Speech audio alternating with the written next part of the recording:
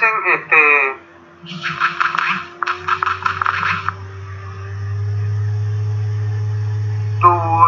tu micrófono hace algo raro, Juan Pablo. Ah, bien, ya lo apago.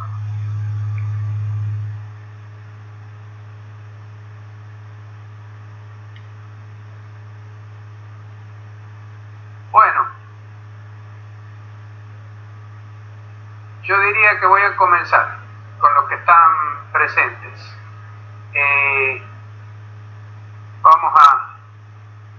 He tratado ahí de que vean, de ir viendo los apuntes en la parte derecha de la pantalla. En la clase recordemos un poquito lo que habíamos dicho el día martes. La teoría electromagnética, que comenzó a desarrollarse allá por el año 1780 con la ley de Coulomb y terminó de formarse totalmente sobre 1850 con las ecuaciones de Maxwell, cuando Maxwell finalmente escribió las ecuaciones del campo electromagnético. Por supuesto, entre medio hubo toda una cantidad de descubrimientos y desarrollos que ustedes deben conocer de cuando hicieron la materia de electricidad y magnetismo, ¿verdad? Los experimentos de Ørsted, las leyes de Biot y Savart, en fin, todo ese material experimental que se consiguió se fue plasmando en una teoría de ecuaciones, y las ideas fundamentales vinieron cuando se introdujo el concepto de campo a través de las ideas de Faraday, que hablaba de las líneas de fuerza y de los campos de fuerzas. Las ideas de Faraday fueron tomadas por gente como Maxwell, y finalmente Maxwell elabora y unifica todo el electromagnetismo y los plasma en esas 4 ecuaciones tan bonitas que vimos ahora el día martes, al principio de las clases. Las ecuaciones de Maxwell no son otra cosa que puestas de una manera diferente: la ley de Coulomb, la ley de Ampère y la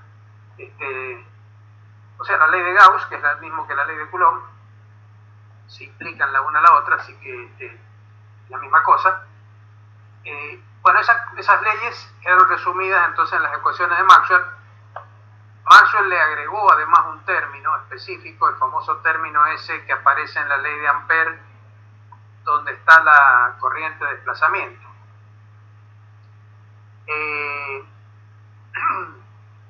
Bueno, eso terminó de ser cerrado allá por el año 1850-54, por ahí aproximadamente.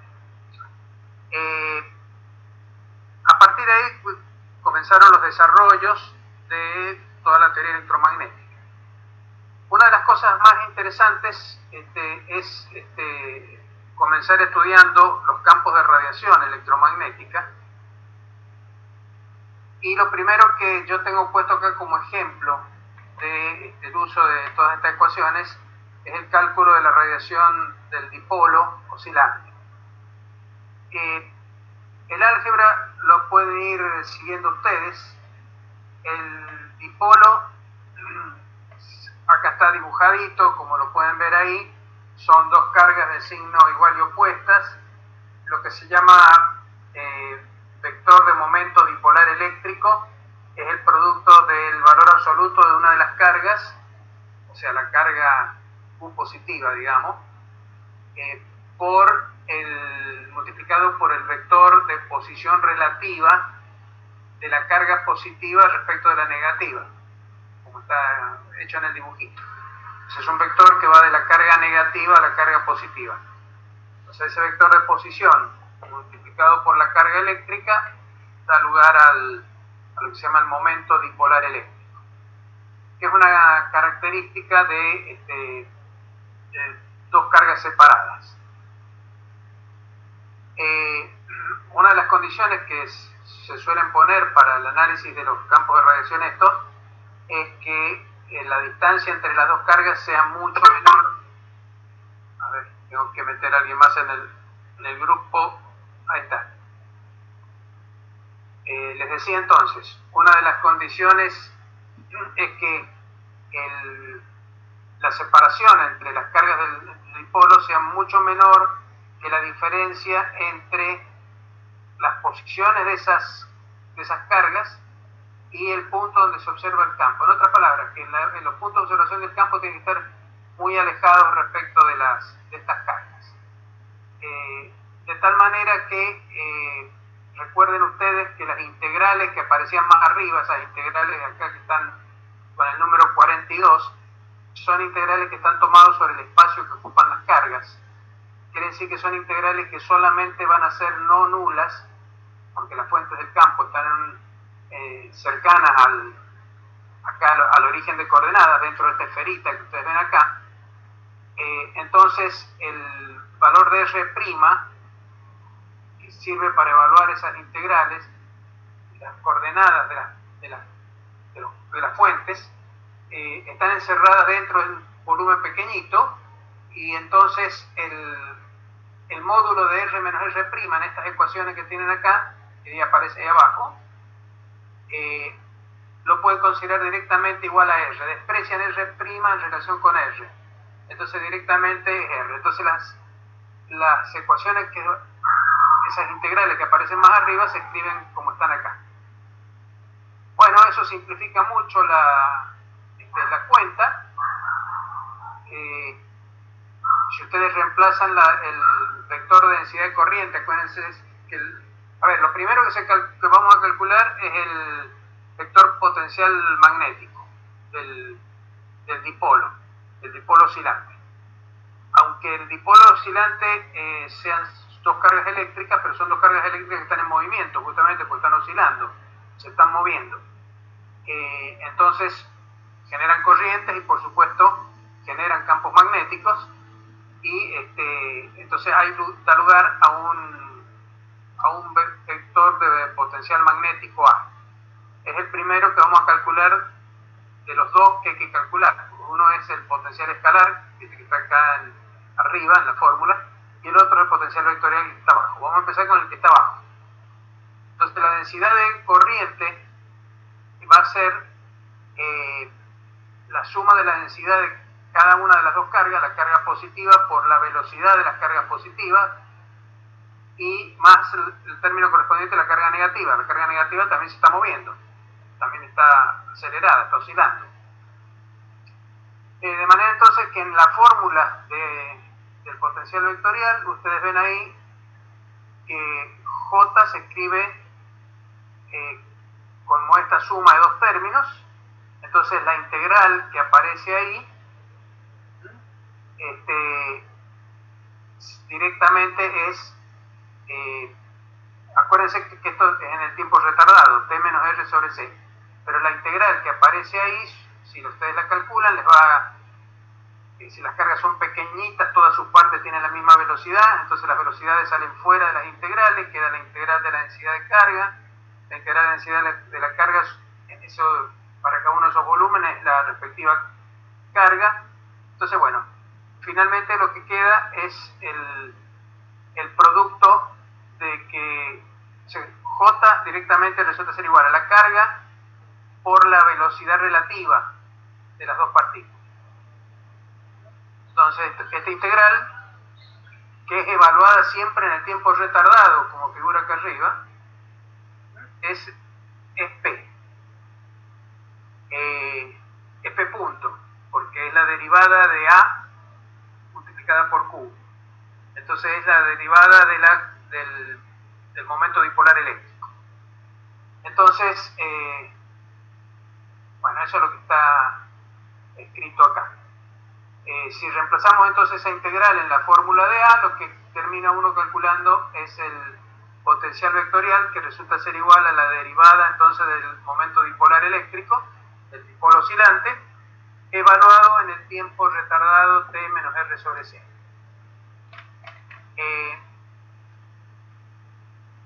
si uno hace este cálculo para el potencial escalar directamente, si lo hace exactamente igual que lo hemos hecho acá, lo que se obtiene es que el potencial se anula, porque lo que quedan son directamente las integrales de las cargas, las dos cargas son iguales. Entonces lo que hay que hacer habría que hacer un desarrollo en serie de la cantidad, o sea, de esta aproximación que hemos tomado, R menos R' igual a R, hay que corregirla, y si la corrigiéramos podríamos hacer el cálculo por ese camino. Pero es más fácil seguir adelante de otra manera, porque acuérdense que cuando uno hizo toda la teoría, hizo lo que se llama eligió la medida de Lorentz. Acuérdense que el potencial A, el potencial vectorial, daba el campo magnético, o sea, P era el rotor de A, pero que no se decía nada sobre la divergencia. Y habíamos dicho que la divergencia la podíamos elegir como quisiéramos. Y para que salieran las ecuaciones que hemos venido usando, habíamos tomado que la divergencia se llama la medida de Lorentz, que es esta que está escrita acá. Tomamos que la divergencia de A era mu0 epsilon 0 por la derivada de phi respecto de t.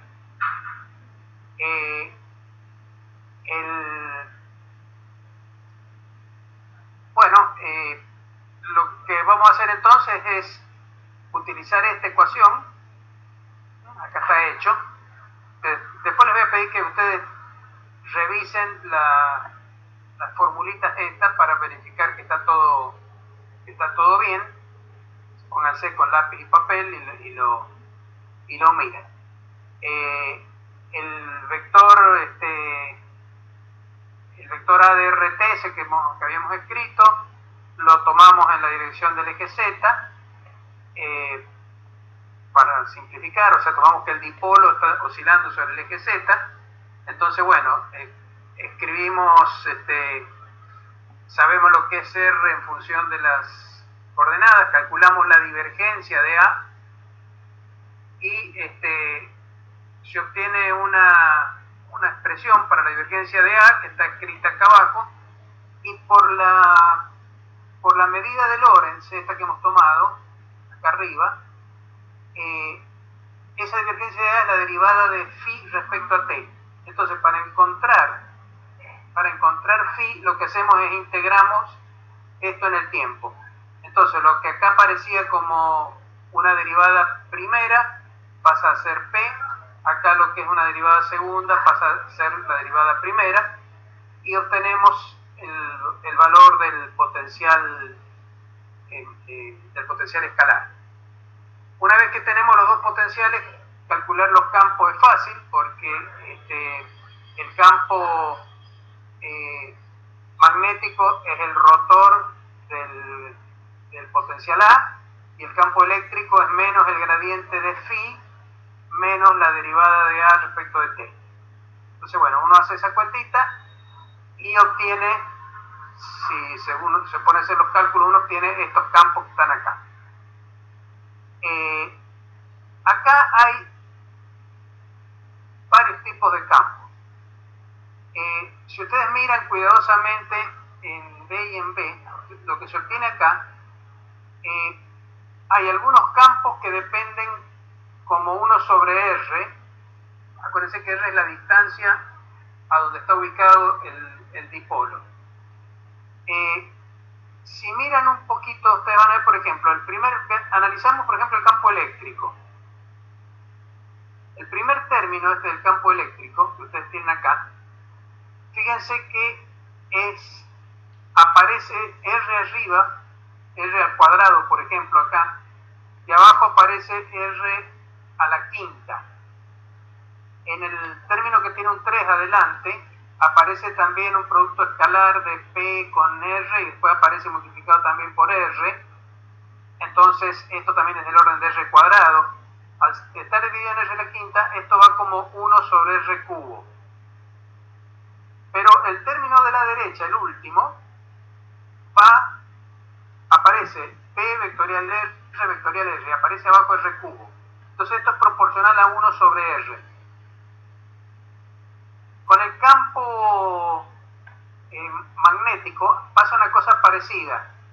Está R cubo abajo, pero fíjense que arriba aparece un R, acá producto vectorial por R, entonces queda R cuadrado abajo. Quiere decir que el término P punto va dividido por R cuadrado, pero en este otro aparece otro R.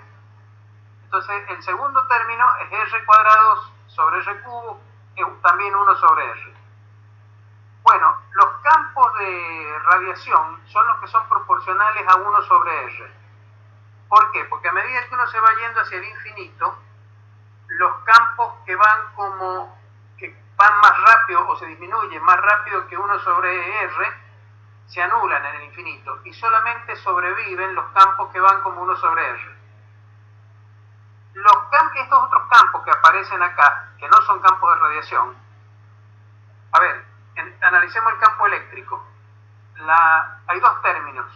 El de la derecha es el término de radiación. El de la izquierda es lo que se llama el campo convectivo.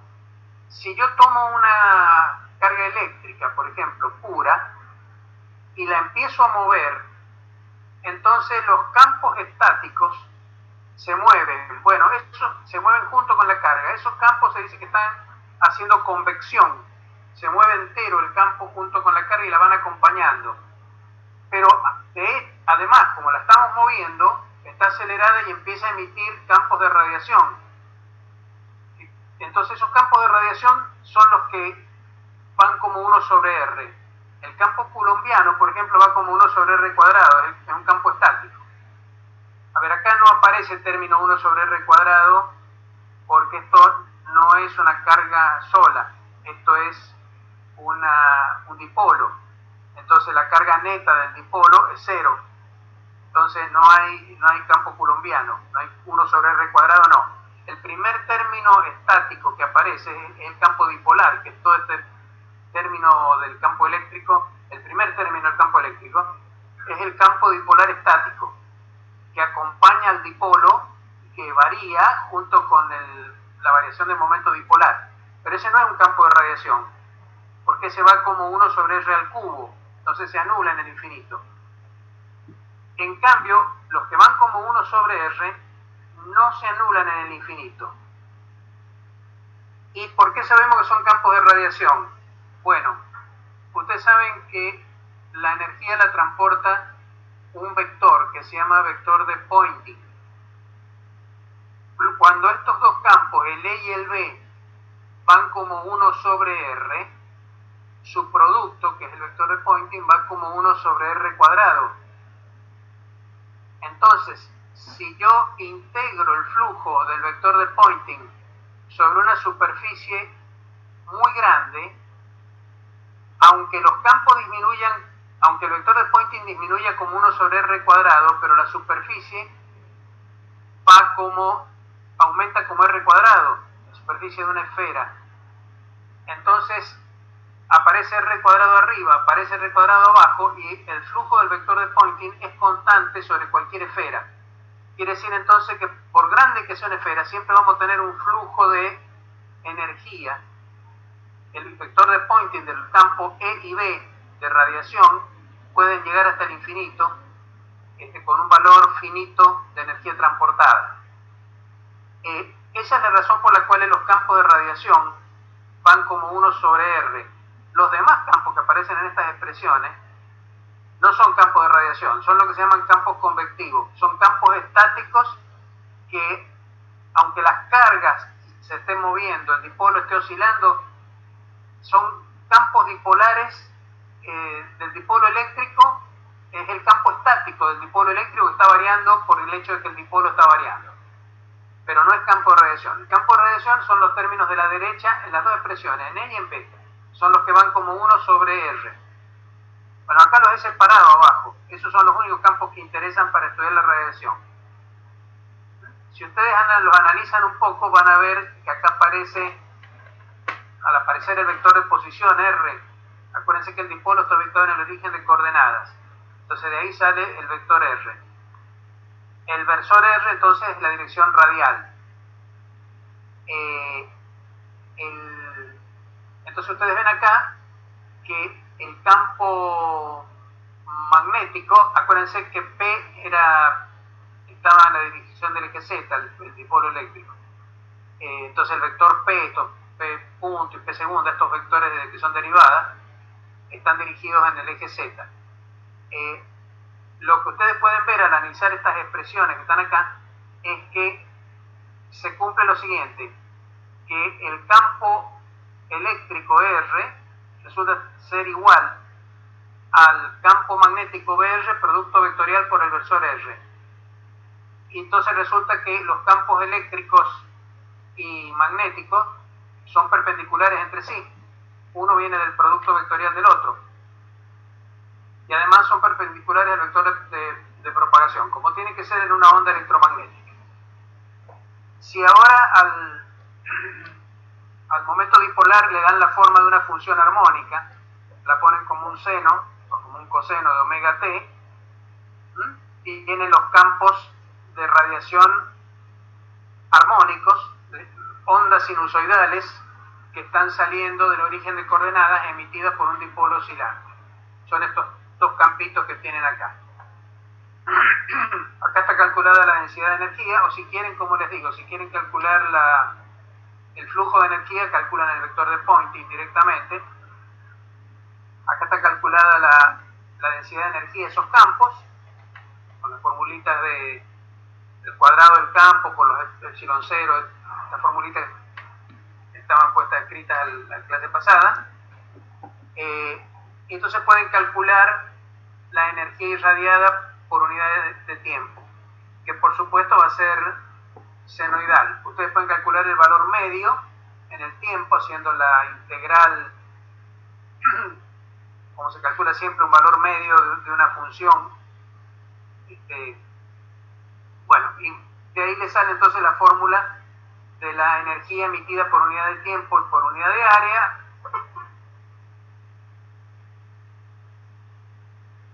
Disculpen, estoy admitiendo gente todavía que se está adhiriendo a la charla. Bueno, y sale esta formulita. Esto es lo que a mí me interesa. Esta es la formulita de la potencia emitida por un dipolo oscilante.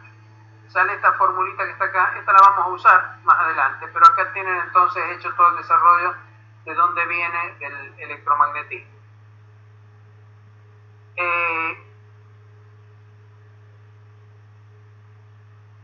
Ahora, el siguiente tema que viene acá se llama potenciales de Liénard y Wiechert. Liénard y Wiechert son los que escribieron por primera vez cómo son los potenciales de una carga puntual, los potenciales retardados. Es decir, tomaron las ecuaciones, permítanme ir para arriba, tomaron las expresiones estas, 42, de los potenciales phi y a como integrales, con el tiempo retardado, y escribieron cómo eran estas expresiones para una carga puntual que tiene un movimiento cualquiera arbitrario. Son importantes las fórmulas de Liénard y Wiechert porque cualquier distribución de cargas, en última instancia, es una colección de cargas puntuales que se están moviendo. Si uno puede calcular la contribución de una carga puntual, de cada carga puntual, después puede sumar los efectos de todas y obtener los campos totales para cualquier distribución de carga que tenga movimientos arbitrarios. No solamente para el dipolo, como hicimos recién, que son dos carguitas dadas y con un movimiento bien determinado, sino sistemas de cargas arbitrarias. A ver, supónganse que tengan, ¿qué sistemas de cargas arbitrarias pueden ser? Para darles una idea. Si ustedes toman dos dipolos, o sea,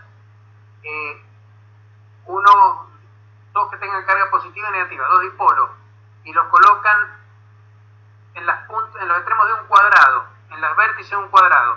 Imagínense que toman cargas así, una carga negativa, una positiva, una negativa y una positiva, intercalada en el cuadrado. Bueno, esos son dos dipolos que están opuestos. Entonces, a muy larga distancia, los campos, la carga total vale cero a muy larga distancia. Vista de muy lejos, las cuatro tienen cargas que se compensan, pero también los momentos dipolares se compensan. Esa distribución de cargas se conoce con el nombre de cuadrupolo eléctrico, o sea, cuatro polos, se de ahí viene el nombre. Y también uno puede tener octupolos, que tienen los momentos cuadrupolares nulos, los dipolares nulos, y que solamente te quedan... A ver, una carga tiene campos a lo lejos que varían como 1 sobre r cuadrado, campos estáticos. El dipolo tiene campos estáticos que varían como 1 sobre r cubo. El cuadrupolo varían como 1 sobre r a la cuarta. El octupolo varía como 1 sobre r a la quinta, es decir, varían cada vez a potencias más elevadas y son contribuciones de campo cada vez menos influyentes a larga distancia.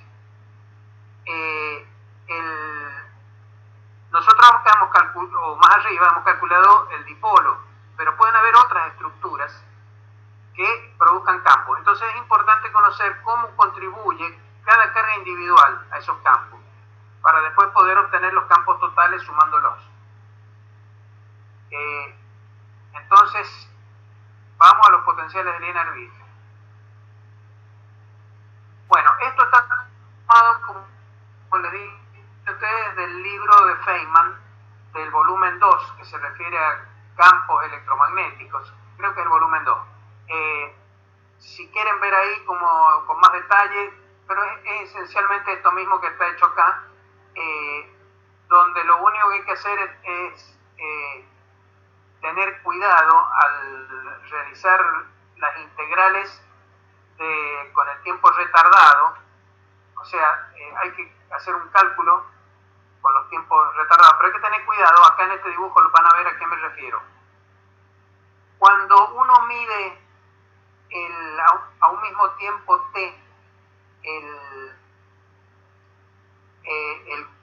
el campo en la posición m, esa que ven ahí, acá al extremo,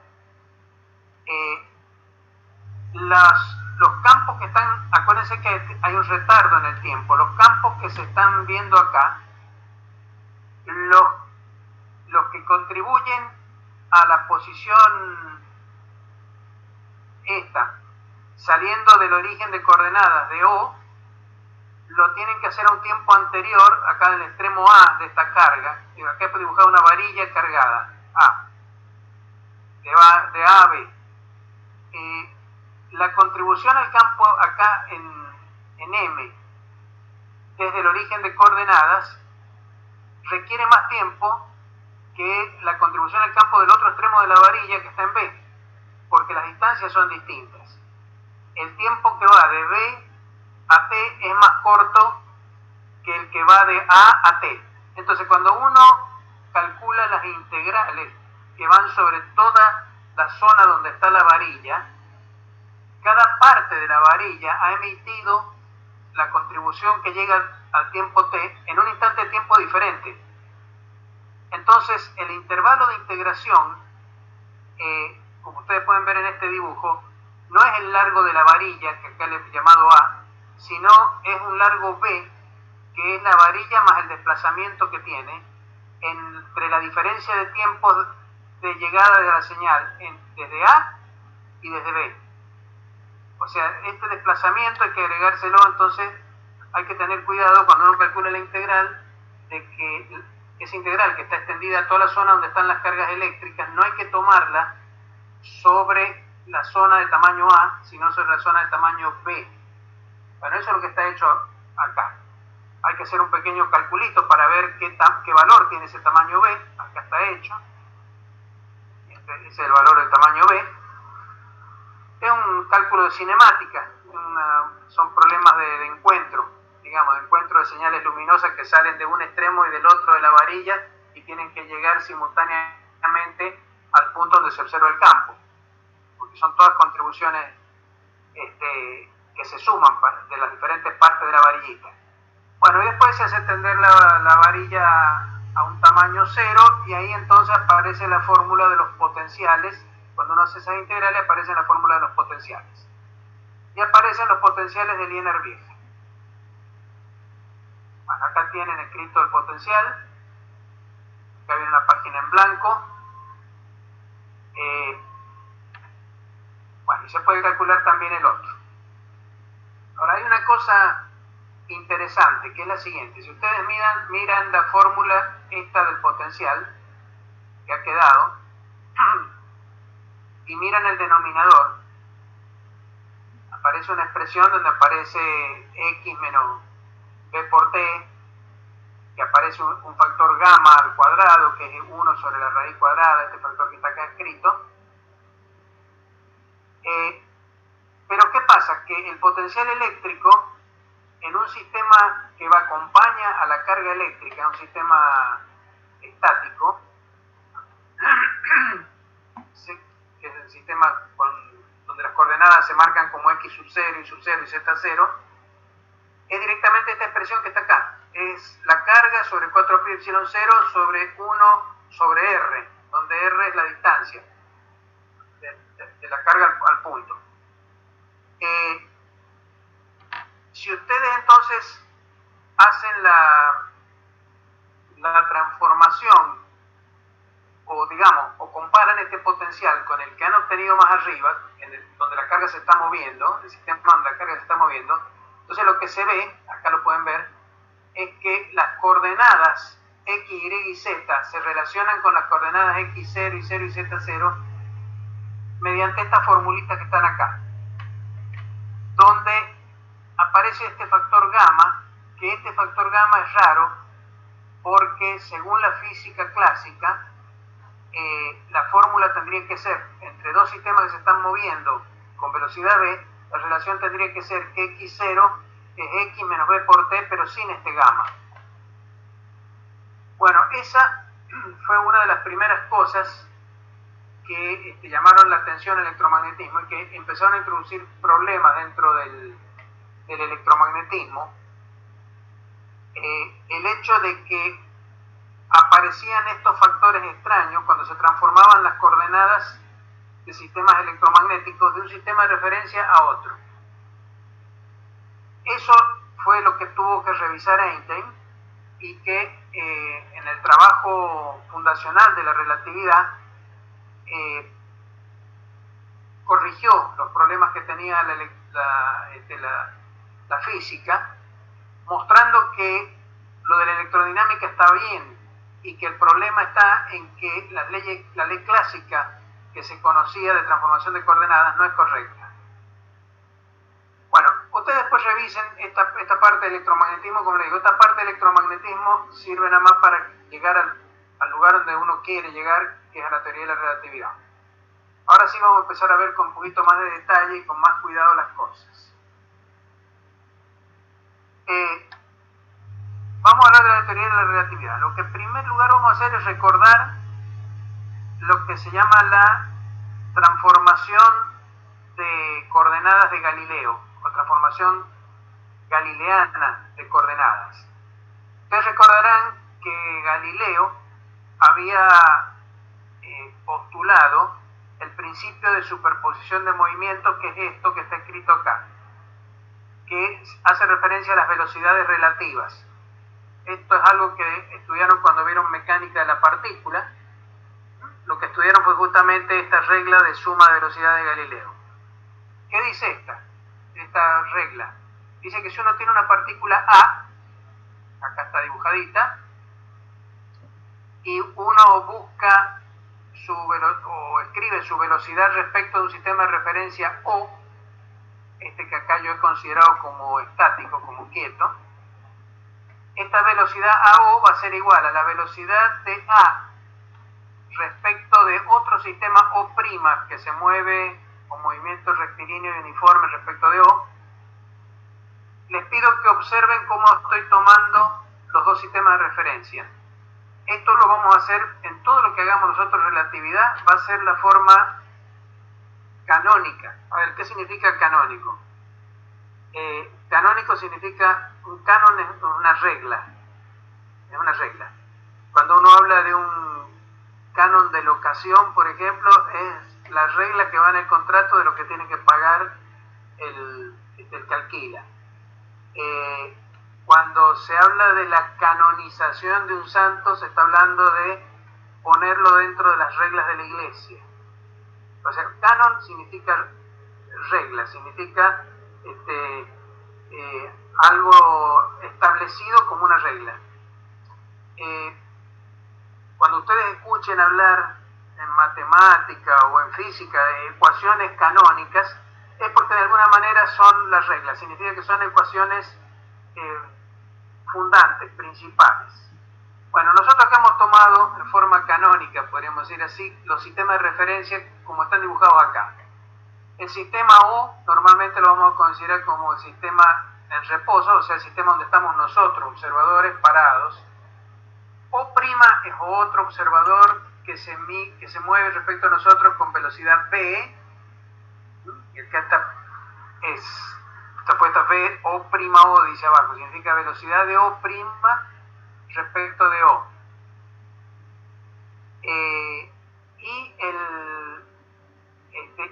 Lo estoy haciendo moverse, el eje X de ambos sistemas, lo estoy poniendo en la dirección de la velocidad relativa entre ellos.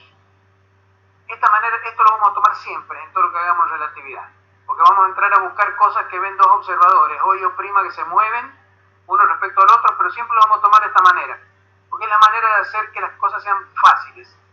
Si no se toman así, y después lo van a encontrar en los problemas de Alonso Fin que van a tener para resolver, van a haber situaciones donde, por ejemplo, el vector B, en vez de estar tomado en la dirección del eje X, está tomado en por ejemplo, en una dirección cualquiera del espacio.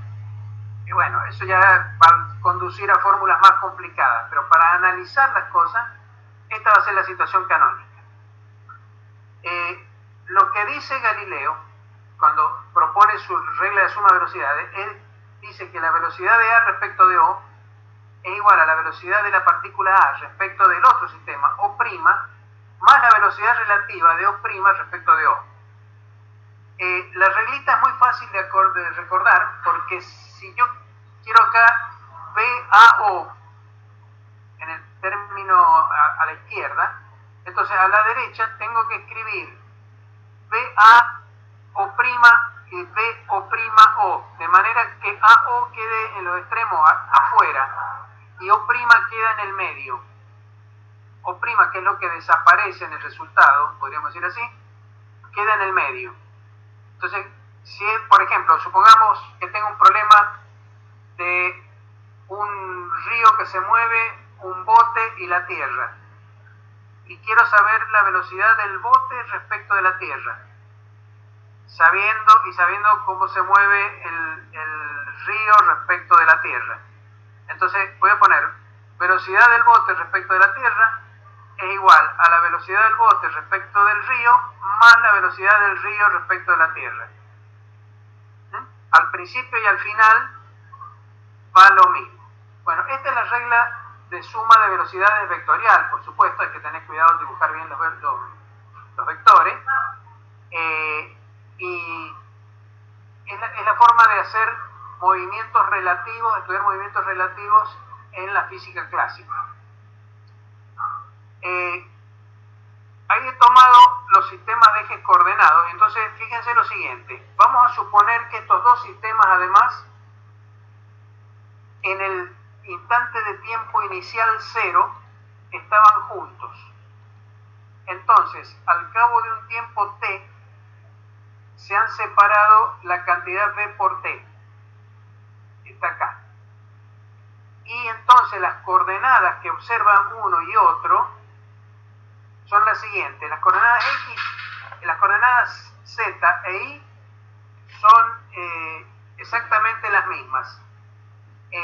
Mientras que la coordenada x es la coordenada que mide x' más el producto de v por t. O sea, lo que se han desplazado los dos sistemas en el tiempo t. Eso es lo que da la relación entre las coordenadas de los sistemas al tiempo t.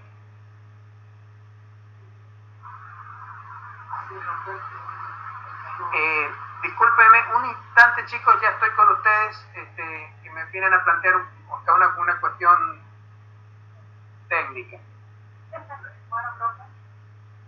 No hay problema, profe.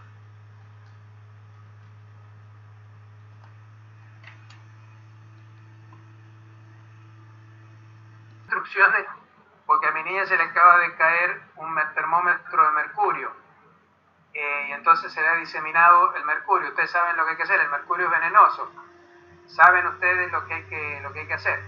Hay que tomar hilo de cobre. ¿Cómo? ¿Cómo? Se desprende el propio mercurio, y el propio mercurio es un metal pesado y puede entrar por las vías respiratorias y es complicado. Hay que tomar cobre, hilo de cobre, o sea, un cable, pelarlo bien, sacarle el recubrimiento que pueda tener, con un cuchillo, por ejemplo, rasparlo para sacarle el recubrimiento que pudiera tener de laca, que a veces le ponen a los cables, y amalgamar las gotitas de mercurio. Uno arrima el cobre y la gotita de mercurio se pega automáticamente. Es la única manera de poderlas agarrar cuando quedan en lugares así complicados. Así que bueno, les cuento para que sepan. Aquí van a hacer ese procedimiento, sí. Y no le rimen oro al mercurio, porque si lo llegan a tocar con el anillo de matrimonio o cualquier cosa por el estilo, se les va a amalgamar también y les va a quedar blanco el oro. Así que tengan cuidado con eso también, porque conozco gente que no se ha cuidado con eso y han terminado arruinando anillos y cosas por el estilo. Bueno, sigamos entonces. Les decía entonces, a ver, acá las hojas están invertidas en lo que sigue, así que voy a tener que ir un poco más abajo. Acá está. Les decía entonces, en ese dibujo ustedes ven, a ver, disculpen, vuelvo a interrumpir un momentito, ya ven. Tienen que quedar un rato.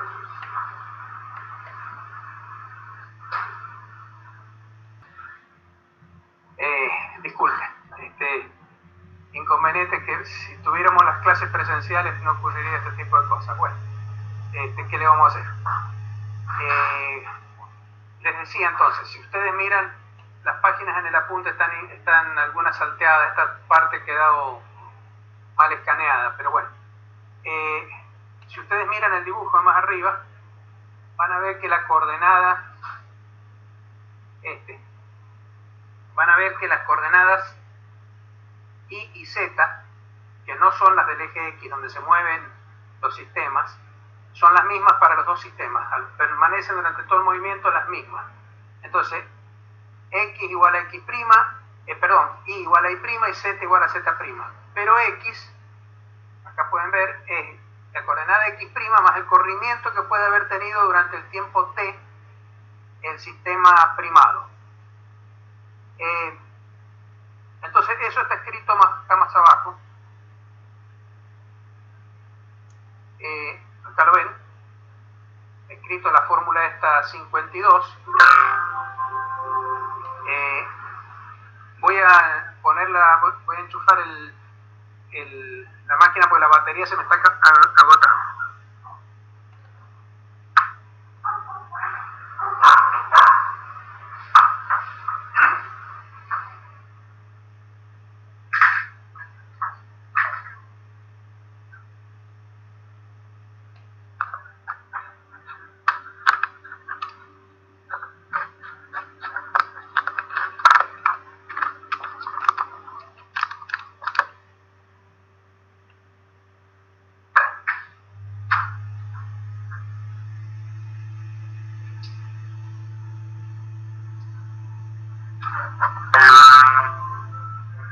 Bueno, creo que ahí está, de nuevo,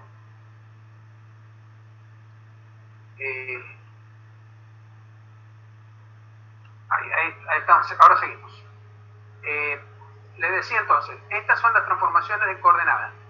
A ver, ¿qué es lo que está presupuesto acá y que ustedes nunca dijeron nada sobre eso cuando eran jóvenes y estudiaban allá las primeras físicas? Está presupuesto que el tiempo que observan los dos observadores, el O y el O', son iguales, que T' igual a T. O sea que el tiempo transcurre para los dos exactamente de la misma manera. Si los dos tienen relojes exactamente idénticos, entonces los dos relojes marchan exactamente igual. Lo cual es lógico, pero además ustedes imaginan que cada uno de los dos observadores ve que el otro tiene exactamente el mismo tiempo. Cada uno de los dos observadores, el observador O, sabe que T' tiene su mismo tiempo y T' sabe que O tiene su mismo tiempo. Entonces eso es lo que está escrito acá, que la transformación de coordenadas y de tiempo en el sistema galileano son y' igual a i, z' igual a z, x' igual a x menos b por t y t' igual a t. Acá abajo está escrito lo mismo en forma vectorial. Si yo ahora, acuérdense que las coordenadas estas pertenecen a una partícula que yo llamé A. La velocidad de esa partícula la voy a llamar U. ¿Por qué no la voy a llamar B? Porque voy a reservar la letra B y miren, se les recomiendo que ustedes hagan lo mismo, porque van a ver que en relatividad aparecen a veces velocidades que se mezclan. Entonces uno no sabe con qué velocidad está trabajando. Entonces llámenle U a la velocidad de las partículas y llámenle B a la velocidad de los sistemas de referencia. Entonces, si ustedes calculan, según estas formulitas vectoriales que tienen acá, la velocidad de la partícula, cuyas coordenadas en el sistema primado son las coordenadas x', tiene el vector de posición r', calculan su velocidad, esa velocidad va a ser la derivada de r' respecto de t'. Y claro, t' es t, entonces es la derivada de r' respecto de t. Y además ustedes saben que r', según dice acá en el recuadro, es r menos b por t, entonces derivan respecto a t, tienen dr de t, y al derivar el otro miembro, b, que se supone que es constante, la velocidad de los sistemas, derivan el tiempo, desaparece la variable tiempo, les queda dr de t, pero dr de t es la velocidad sin primar, o sea, es la velocidad donde r es el vector de posición en el sistema sin primar. La derivada es u, la velocidad de la partícula en el sistema O. Entonces, ¿qué sale? Que u', velocidad en el sistema O', es igual a u, velocidad en el sistema O, menos b, que es la velocidad relativa entre los sistemas. Si hacen un pasaje de términos, les sale que u, pasan la velocidad al otro lado, es u' más b, que es la misma ley de suma de movimientos de Galileo. Es decir, la ley de suma de movimientos de Galileo está implicando esta transformación de coordenadas. Por eso esta transformación de coordenadas se la llama transformación galileana. O sea, se está respetando la regla de suma de velocidades de Galileo. Esta es lo que se llama entonces la transformación de galileana. Para obtener la transformación inversa, lo de arriba son las transformaciones, son las coordenadas x', y', z' y t' en función de x, y, z y t. Ustedes pueden... ¿Sí? Hay algo que no me quedó claro. Espera un poquito, que no te escucho bien porque tengo unos perros acá que están ladrando afuera. Ahí se callaron, parece. A ver, sí, contame.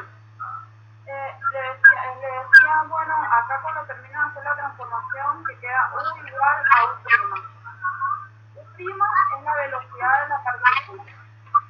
En el sistema primado. En el sistema primado. Y el b es la velocidad del sistema de referencia. Correcto. Es la velocidad relativa de los dos sistemas de referencia.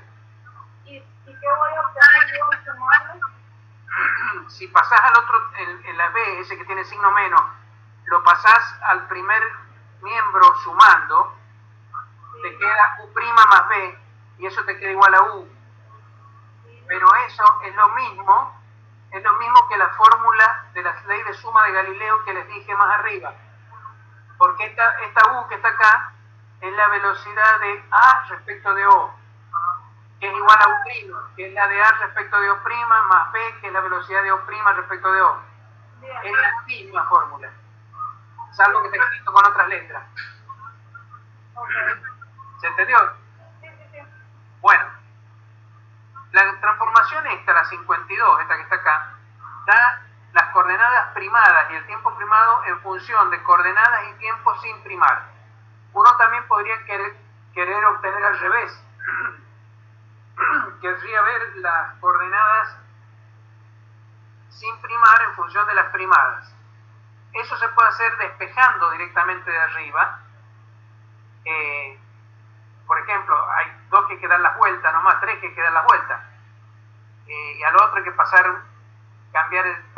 una cosa de un término al otro, de donde está restando, pasarla sumando. Y queda esta formulita, lo cual es lógica, porque lo único que se hace cuando uno quiere ver las coordenadas, si yo ahora considero que soy el observador primado y quiero obtener las coordenadas del sin primar, lo que tengo que hacerle a mi coordenada x' es sumarle b por t, porque la velocidad ha cambiado de signo. O sea, respecto de mí, que soy el primado, el otro sistema se está moviendo hacia el otro lado. El sistema sin primar se mueve respecto del primado hacia la izquierda, mientras que en el dibujo que yo había hecho originalmente, que es el movimiento del primado, de repente se mueve hacia la derecha. Entonces lo que ocurre entre un sistema y otro es todo simétrico, salvo que el vector de velocidad se invierte. Entonces por eso lo único que cambia en las reglas de transformación es el signo acá. De menos se pasa más. Pero sale directamente, si lo quieren ver matemáticamente, es un despeje matemático directo. Entonces estas fórmulas dan la transformación de Galileo, que se llama directa, que es la que tengo escrita recuadrada con fórmula 52, y esta otra que se llama inversa. Bueno, si ustedes toman ahora la mecánica de Newton y escriben, por ejemplo, una de las ecuaciones de Newton, supongamos fuerza igual a masa por aceleración, donde generalmente la fuerza se obtiene como el gradiente menos el gradiente de una energía potencial. Entonces la ecuación de Newton es esta que está recuadrada acá. Esta es la ley de Newton. Fuerza igual a masa por aceleración. Ahora, si ustedes recuerdan que en la teoría de Newton la masa de una partícula no depende de su movimiento, es una constante característica de la partícula, es lo que se llama una invariante de Galileo, no depende de qué sistema de referencia se esté viendo, si el O o el O', siempre es la misma M. Entonces, en la mecánica de Newton, si ustedes hacen la derivada segunda, esta que está acá, la derivada segunda de R es la derivada primera de la velocidad, y la velocidad acabamos de ver que era U' más B. Entonces ustedes derivan ambos miembros, le queda la derivada de U', y como B es constante, porque los dos sistemas se mueven con velocidad relativa constante, este término vale 0, la otra derivada. Además t es igual a t', entonces es igual a du' respecto de t'. Pero la derivada de U' respecto de t' es la derivada segunda de R' respecto de t' 2 veces. Entonces, ¿qué pasa? Que en la mecánica de Galileo las dos aceleraciones son iguales. Además, se puede ver también que el gradiente, que depende de las diferencias de posición, hay que hacer, acá está hecho la derivada, después mírenla. Pero, ¿qué es lo que ocurre entonces? Que todas las cosas son iguales. Que si en un sistema de referencia se escribe la ecuación de Newton de esta manera, en el otro sistema se escribe exactamente de la misma manera. Yo le he puesto M' acá, le podría haber puesto M directamente, pero a propósito le he puesto M' sabiendo que es igual a m, para que vean que las dos cosas que aparecen, las dos expresiones que aparecen de la ley de Newton en un sistema y en otro que se mueve con movimiento rectilíneo y uniforme respecto de él son iguales. ¿Qué ocurre entonces? Que toda la física, si las ecuaciones de Newton son iguales en los dos sistemas, toda la física va a ser igual en los dos sistemas. Entonces la mecánica no depende del sistema de referencia.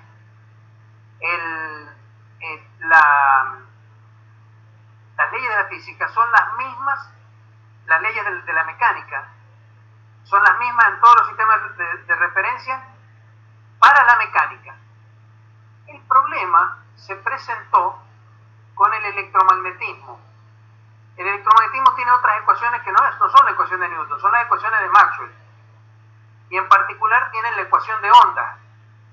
El problema es que si ustedes transforman la ecuación de ondas con la transformación de Galileo, como está hecho acá, toman la transformación esa que hemos visto recién y hacen la transformación de Galileo, lo que van a ver es que les aparece también una ecuación de onda, pero acá abajo les aparece una velocidad primada que es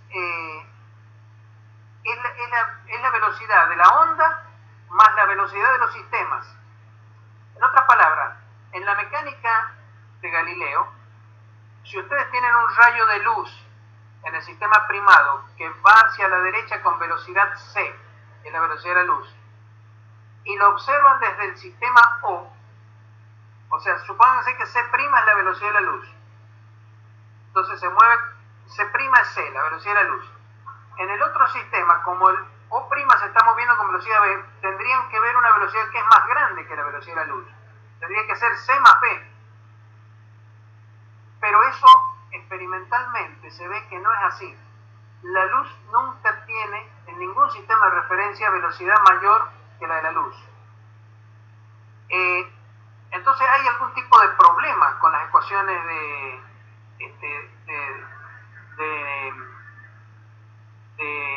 Maxwell y las transformaciones de Galileo. Las ecuaciones de Maxwell y todas las ecuaciones del electromagnetismo no son invariantes frente a transformaciones de Galileo. Si fueran invariantes, cuando uno pasa de coordenadas sin primar a coordenadas primadas, lo que debería aparecer acompañando a la derivada en el tiempo acá debería ser la velocidad de la luz al cuadrado, el mismo coeficiente, c cuadrado, porque esa es una cantidad que es absoluta, pues está medida en reposo en el sistema donde se está haciendo el experimento. Acuérdense, el mu0 y el epsilon 0 decían cuánto valía c. Entonces eso debería ser lo mismo en los dos sistemas. Y sin embargo, cuando uno hace la transformación de Galileo, saca que la onda debería tener una velocidad diferente. Si la luz va para un lado, tendría que tener una velocidad mayor que la de la luz. Y si va para el otro lado, tendría que tener una velocidad menor que la de la luz. Entonces, hay una dificultad para explicar la propagación de la luz entre las ecuaciones de Maxwell y las de Galileo. Y las de Galileo son la base de la mecánica de Newton. Entonces hay un problema entre el electromagnetismo y la mecánica newtoniana. Ahí es donde está el conflicto. Eso era el problema que se le planteaba a Einstein para resolver.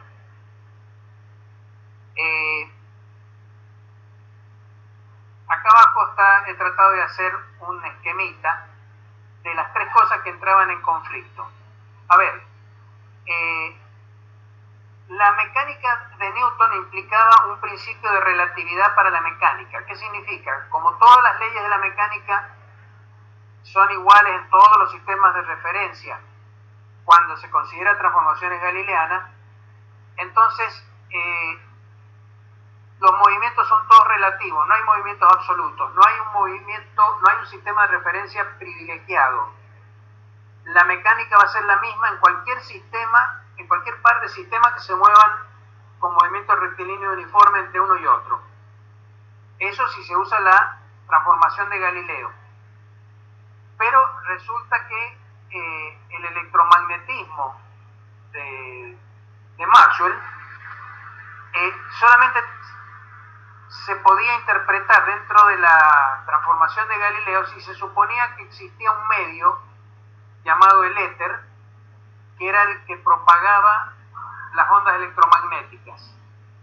A ver, el éter era una cosa muy rara, era un invento muy raro, porque el éter, el electromagnetismo se sabe que propaga ondas transversales. Entonces el éter debía transportar ondas transversales, y si tenía que comportarse mecánicamente, entonces tenía que ser un medio muy rígido. Solamente los medios rígidos pueden transmitir ondas transversales. Los fluidos, como los gases o los líquidos, no pueden transmitir ondas transversales, ondas elásticas transversales. El éter sí transportaba luz, que eran ondas transversales, que se sabía eso porque se sabía de la polarización de la luz.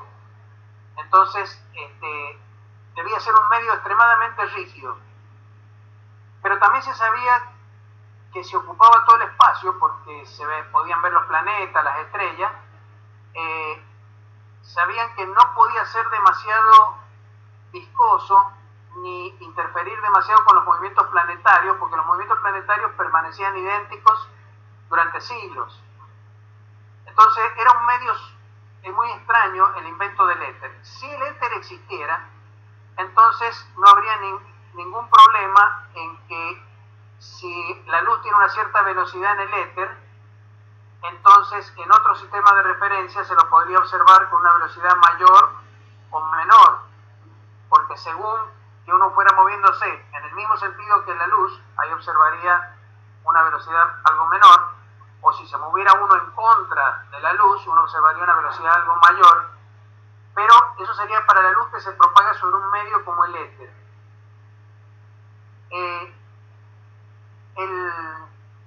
El problema es que eso significaba que el electromagnetismo que había escrito Maxwell era válido sin decir qué sistema de referencia, era válido en todos los sistemas de referencia, decía Maxwell. Entonces debía haber algo que estuviera mal, porque no podía ser que la luz, según el electromagnetismo de Maxwell, tuviera siempre el mismo valor en todos los sistemas de referencia.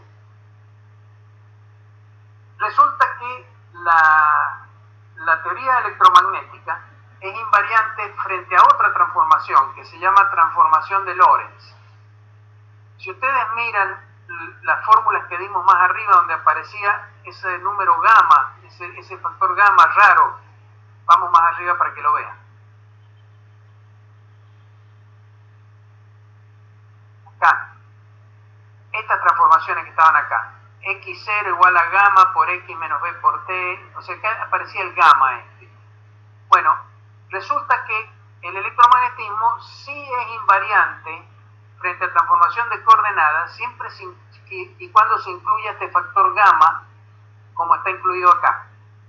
En la de Galileo no, en la de Galileo directamente este gamma valía 1, vale 1. En cambio acá aparece el factor gamma, que ese factor gamma es un factor dependiente de velocidad.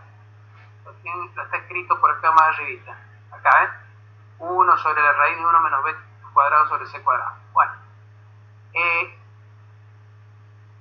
¿a qué voy con esto? Que existía un conflicto entre las tres, entre la mecánica de Newton, el electromagnetismo de Maxwell y el principio de relatividad. Si las ecuaciones de Maxwell son invariantes frente a transformaciones de Lorentz, entonces hay un principio de relatividad que vale para las ecuaciones de Maxwell. Todos los sistemas de referencia tendrían las mismas ecuaciones de Maxwell, y entonces todos los fenómenos electromagnéticos son los mismos en todos los sistemas de referencia, porque las ecuaciones no cambian frente a esta transformación de Lorentz. El problema es que si la transformación correcta es la de Lorentz, la de Galileo no vale y hay que modificar la mecánica de Newton. Bueno, precisamente, quiero ver a ver dónde está, acá está.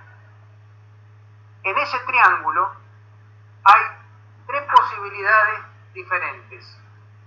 Una es aceptar que vale la teoría de Newton y que vale también, que vale la mecánica newtoniana y que vale el electromagnetismo de Maxwell. En ese caso tiene que existir un éter y no hay un principio de relatividad.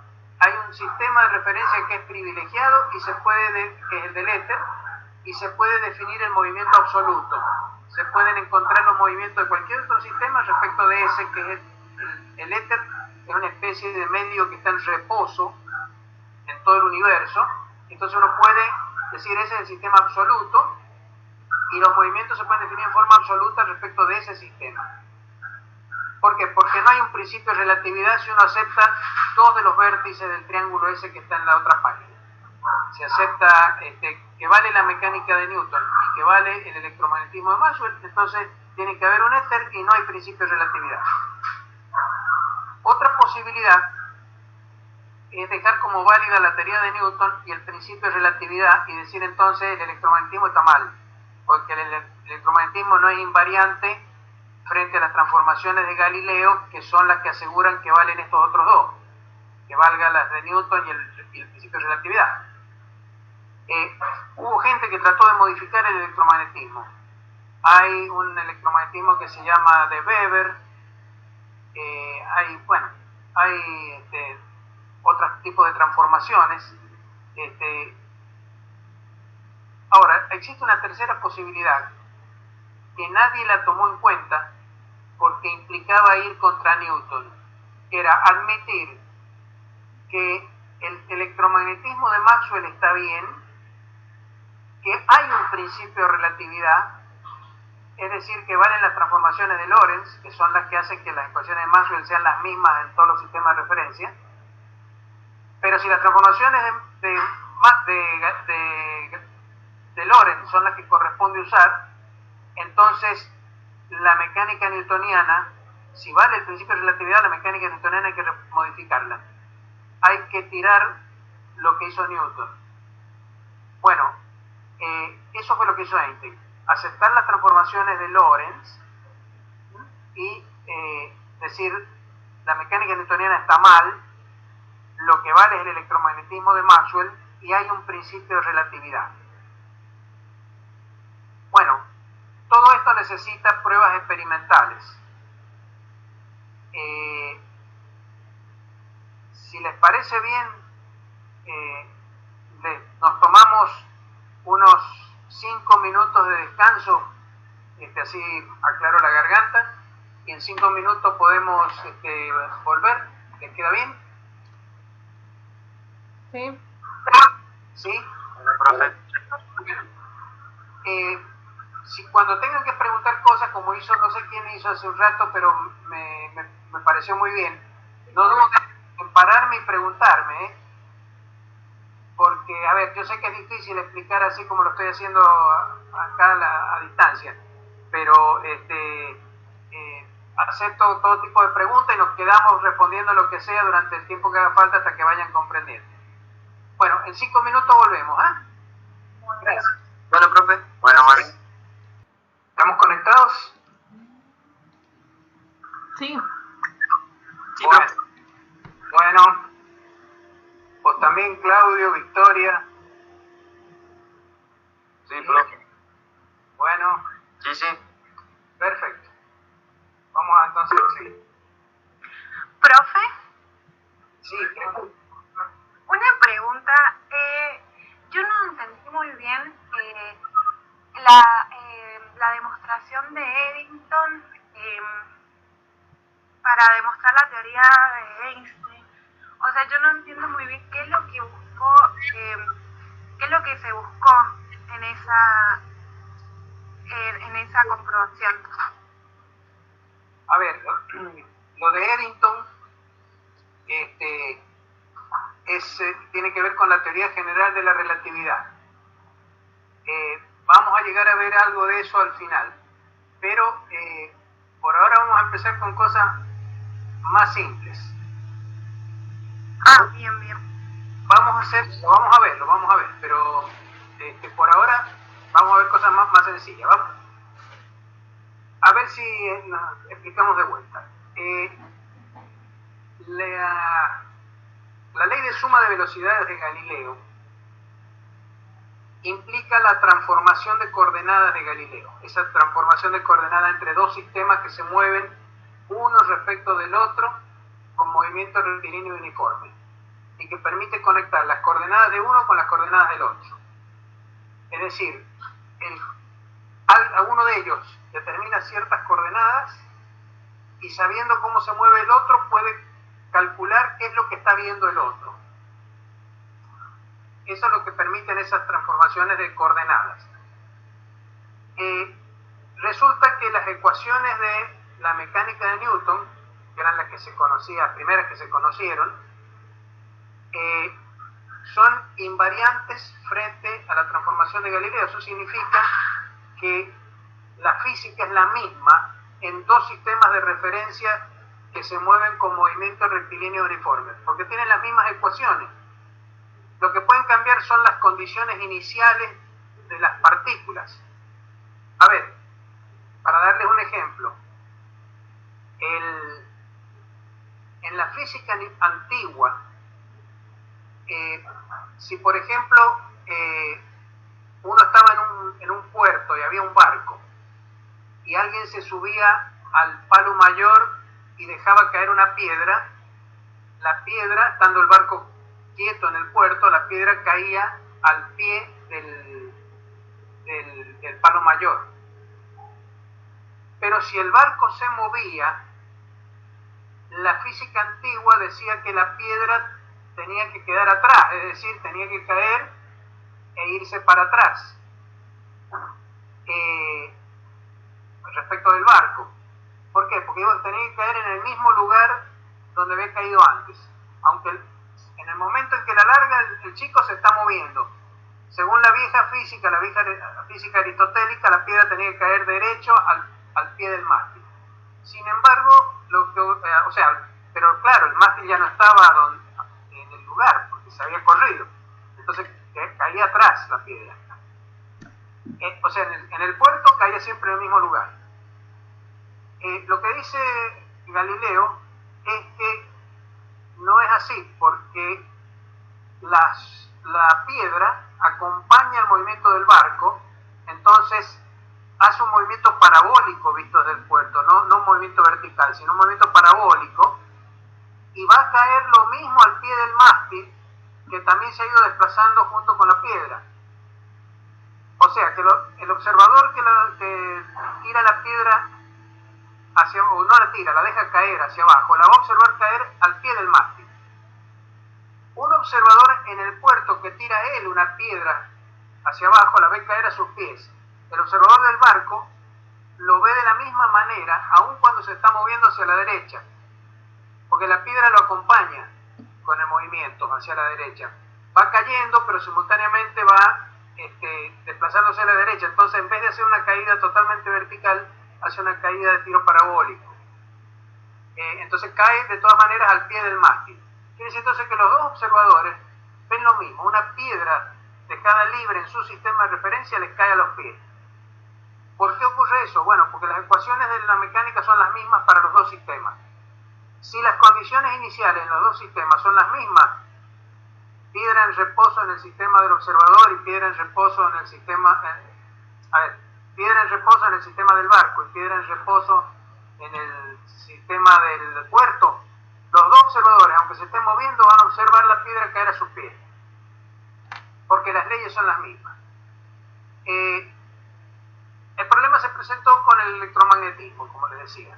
Entonces, porque estaba en conflicto con eso. Ahora, había que ver si era cierto o no que la velocidad de la luz se suma al del sistema de referencia. Había que tratar de encontrar pruebas experimentales de eso. Los primeros experimentos para tratar de ver eso se hicieron a fines del siglo XIX, o sea, sobre el año 1800. Y el más importante de todos es este experimento que se llama de Michelson y Morley, del año 1887, donde él utilizó una cosa que se llama el interferómetro de Michelson y Morley, que está dibujado acá más abajo. Es una fuente de luz, tiene ubicado en su foco un emisor de luz coherente, una onda sinusoidal, por decirlo de una manera simple, bien coherente, que pasa a través de un espejo semirreflectante, llega, o sea, es este espejo que está acá inclinado. La parte que se transmite se refleja a su vez en otro espejo, que está llamado acá espejo E1, entonces vuelve hacia atrás, se vuelve a reflejar en este espejo y termina en el observador O, que es aquel ojito que está allá arriba, donde se puede observar la luz que llega.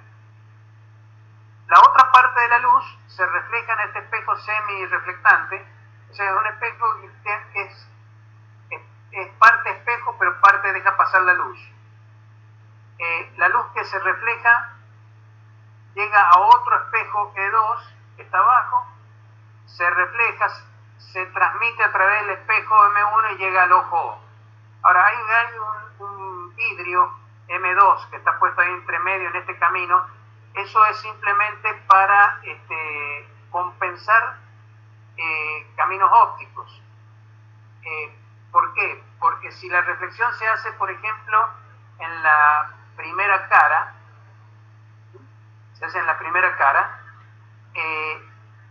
cuando el rayo que se transmite, vamos por el medio acá, el rayo que se transmite en la primera cara atraviesa un espesor de vidrio y después llega al espejo E1, después vuelve a atravesar vidrio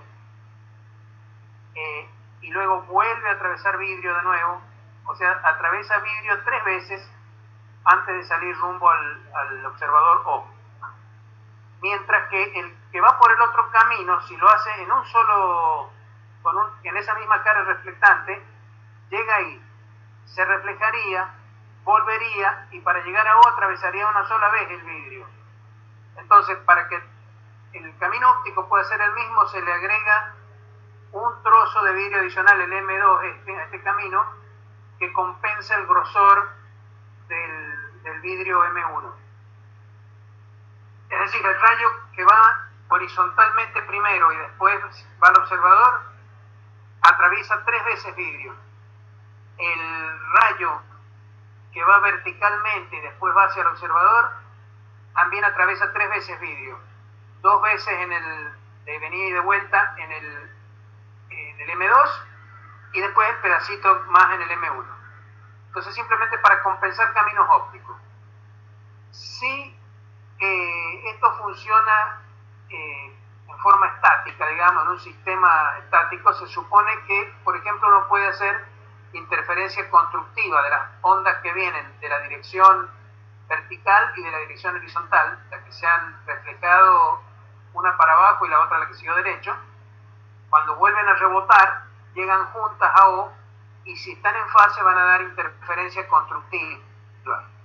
Ahora, si uno de estos caminos, por ejemplo el camino horizontal, se estirara un poquito, o bien si la velocidad de la luz no fuera distinta entre ese camino y el camino vertical, los dos rayos se podrían desfasar y al llegar a O dar interferencia destructiva, en cuyo caso en O, en lugar de ver luz, lo que se vería es oscuridad. Eso es lo que se llama el interferómetro de Michelson, y ustedes es probable que lo hayan estudiado y lo hayan visto cuando hicieron óptica. Hay muchos tipos de interferómetros, el Fabry-Perot, en fin, diferentes sistemas que permiten hacer interferencia de luz, de ondas electromagnéticas.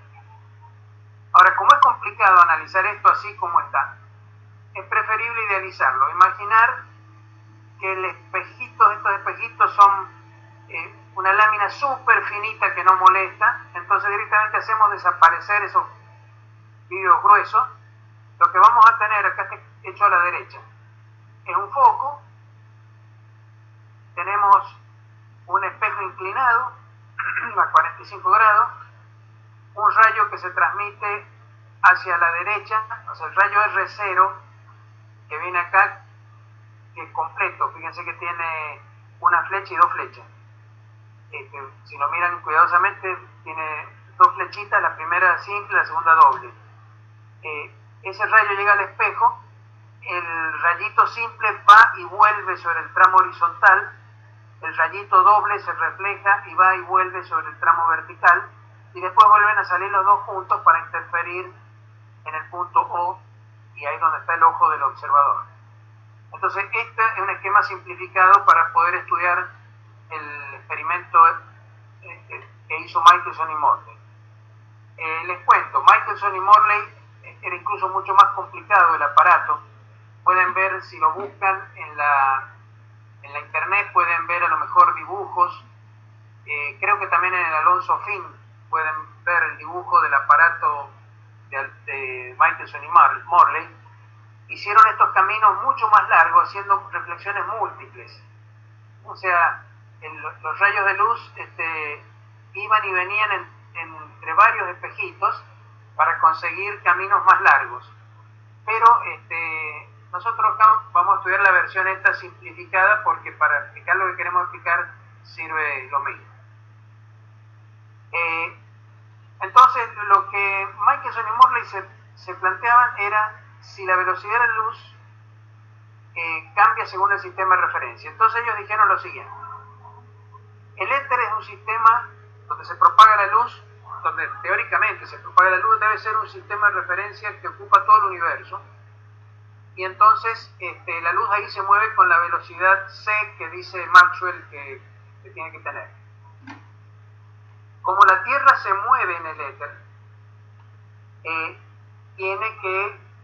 tenemos que ser capaces de detectar un cambio en la velocidad de la luz entre dos direcciones, entre una dirección donde la velocidad de la luz tiene un valor y la dirección perpendicular donde va a tener otro valor distinto.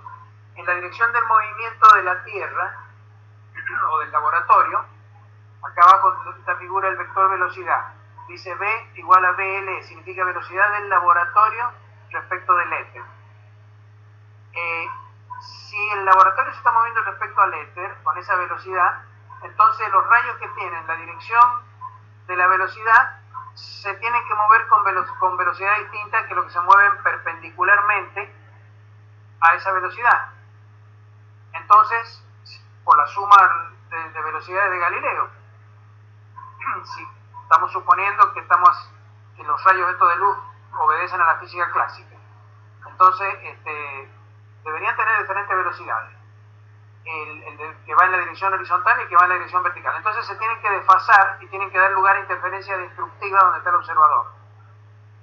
Acá abajo está hecha esa cuantita de los tiempos que demoran los rayos en recorrer cada uno de estos caminos según cómo sea la velocidad. Supóngase entonces que tenemos el rayo de luz que se mueve en el camino horizontal, en ida y en vuelta. Acá abajo lo tenemos, en ida y en vuelta. La velocidad que tiene, si la velocidad de la luz en el éter es c, la velocidad que va a tener en el camino hacia la de ida, teniendo en cuenta que el laboratorio se va moviendo con una velocidad v hacia la derecha, la luz parece moverse con una velocidad menor, que es c menos b. Entonces el tiempo que demoraría en recorrer ese camino es el brazo del aparato, que es t, dividido la velocidad de la luz en ese sentido. Cuando la luz va en sentido contrario, ¿sí?, su velocidad se suma a la velocidad en el éter. O sea, nosotros nos estamos moviendo en el éter hacia la derecha, ahora la luz viene en contra nuestra. Al venir en contra nuestra la observamos con una velocidad más grande, una velocidad c más b. La distancia a recorrer es la misma, entonces el tiempo de vuelta vale distancia sobre c más b. El tiempo total en el camino paralelo a la velocidad es la suma de esos dos tiempos, de ida y de vuelta. Y si hacen la suma van a tener una cuantita acá y les da este resultado. Ahora vamos a ir a buscar dónde está la página que envié. Hay que saltear algo que acá está. Ahora veamos el camino perpendicular. En el camino perpendicular la velocidad se suma, pero ahora la velocidad de la luz en el éter se suma con la velocidad del movimiento, que es perpendicular. Entonces la velocidad con que lo vamos a ver eh, mover, digamos, o sea, si el rayo va perpendicularmente, la luz se está moviendo con una velocidad C' para nosotros que es perpendicular, es esta C' vertical que estoy dibujando acá. Pero tiene que haberse sumado vectorialmente con la velocidad de la luz en el éter, más la velocidad del desplazamiento de los sistemas, con la regla de suma de velocidades de Galileo, para poder tener esta dirección vertical.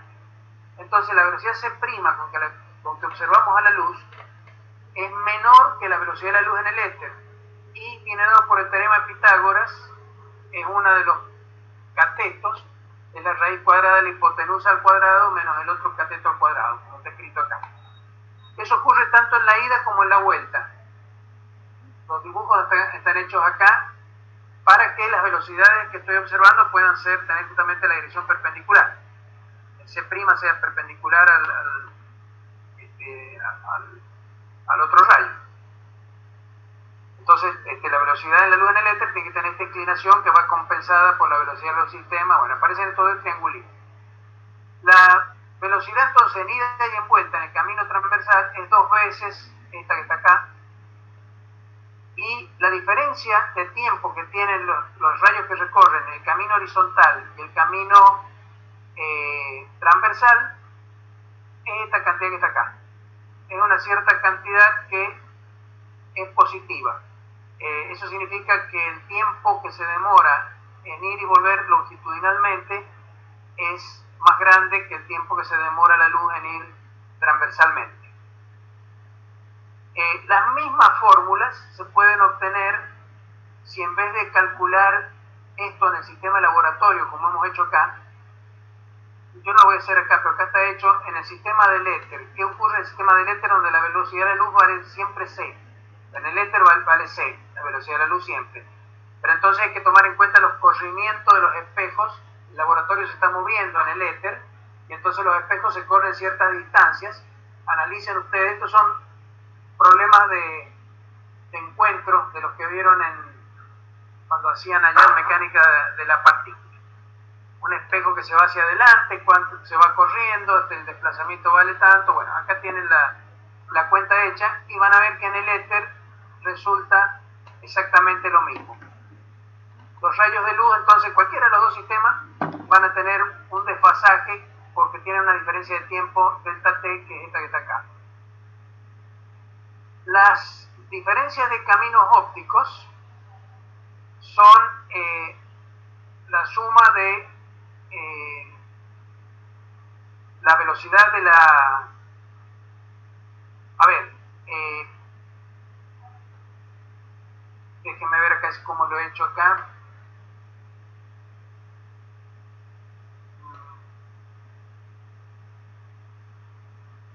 El tiempo...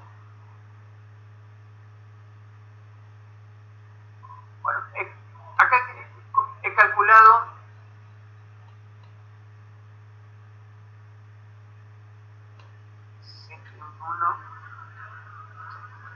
sí, acá lo que he hecho, he tomado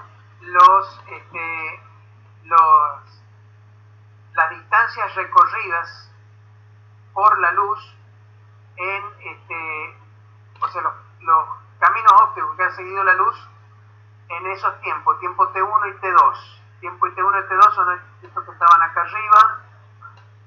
Déjenme ver un poquito. Bueno, este que está acá, T1 y T2, que eran los mismos que habíamos calculado antes.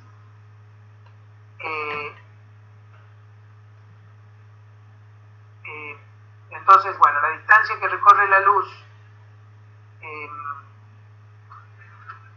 el camino óptico, que recorre el rayo paralelo, la diferencia de camino. La diferencia de camino solamente se produce en las partes que están atrás de los espejos. O sea, permítanme ir de nuevo al dibujo hacia arriba. ¿Dónde está? Acá. La diferencia de camino óptico se produce entre esta parte y esta parte que está acá, porque el resto, esto y esto, los caminos ópticos son iguales para los dos rayos. Acá van juntos, el doble rayito y el rayito simple van juntos acá, pero acá va el simple va en este camino y el otro en este. Entonces la diferencia de camino óptico se producen ahí. Si ustedes consideran, ya tienen calculado los tiempos de propagación, las distancias que recorren en los dos caminos son esos rayos. Uno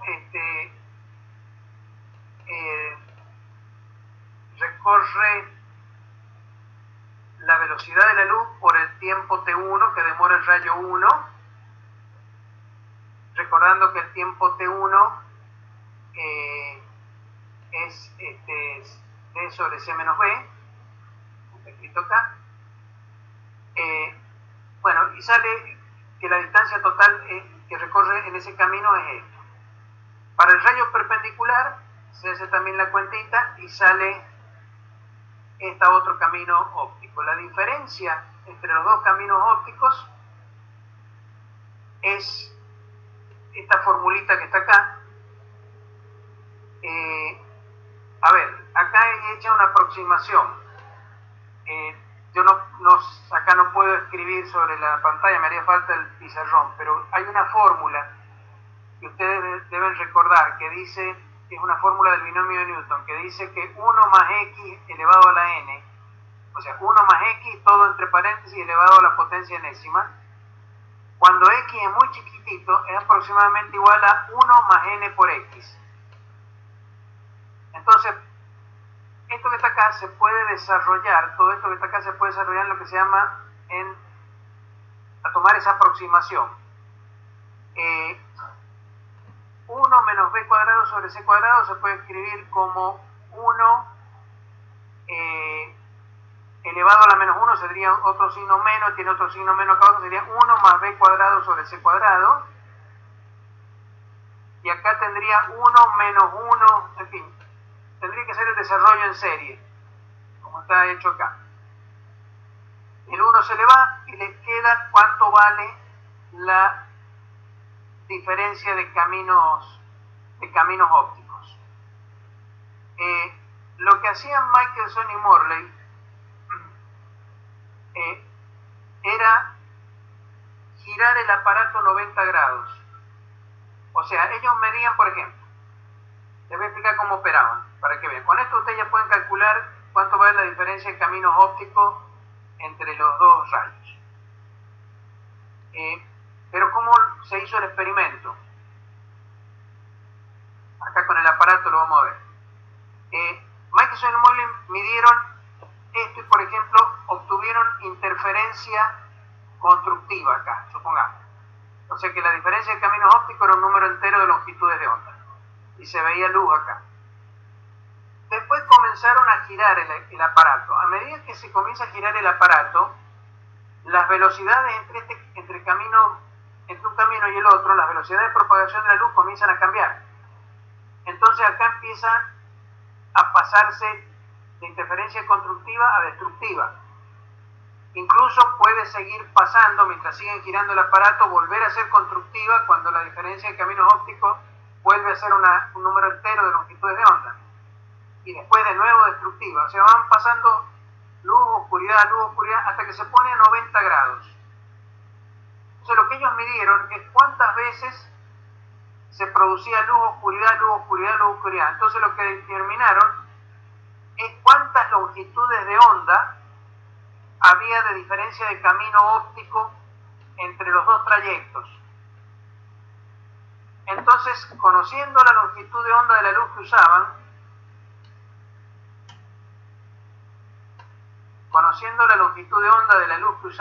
este lambda que aparece acá, sabiendo que la diferencia de fases es 2pi veces, 2pi radianes, por el número de longitudes de onda de diferencia de camino óptico,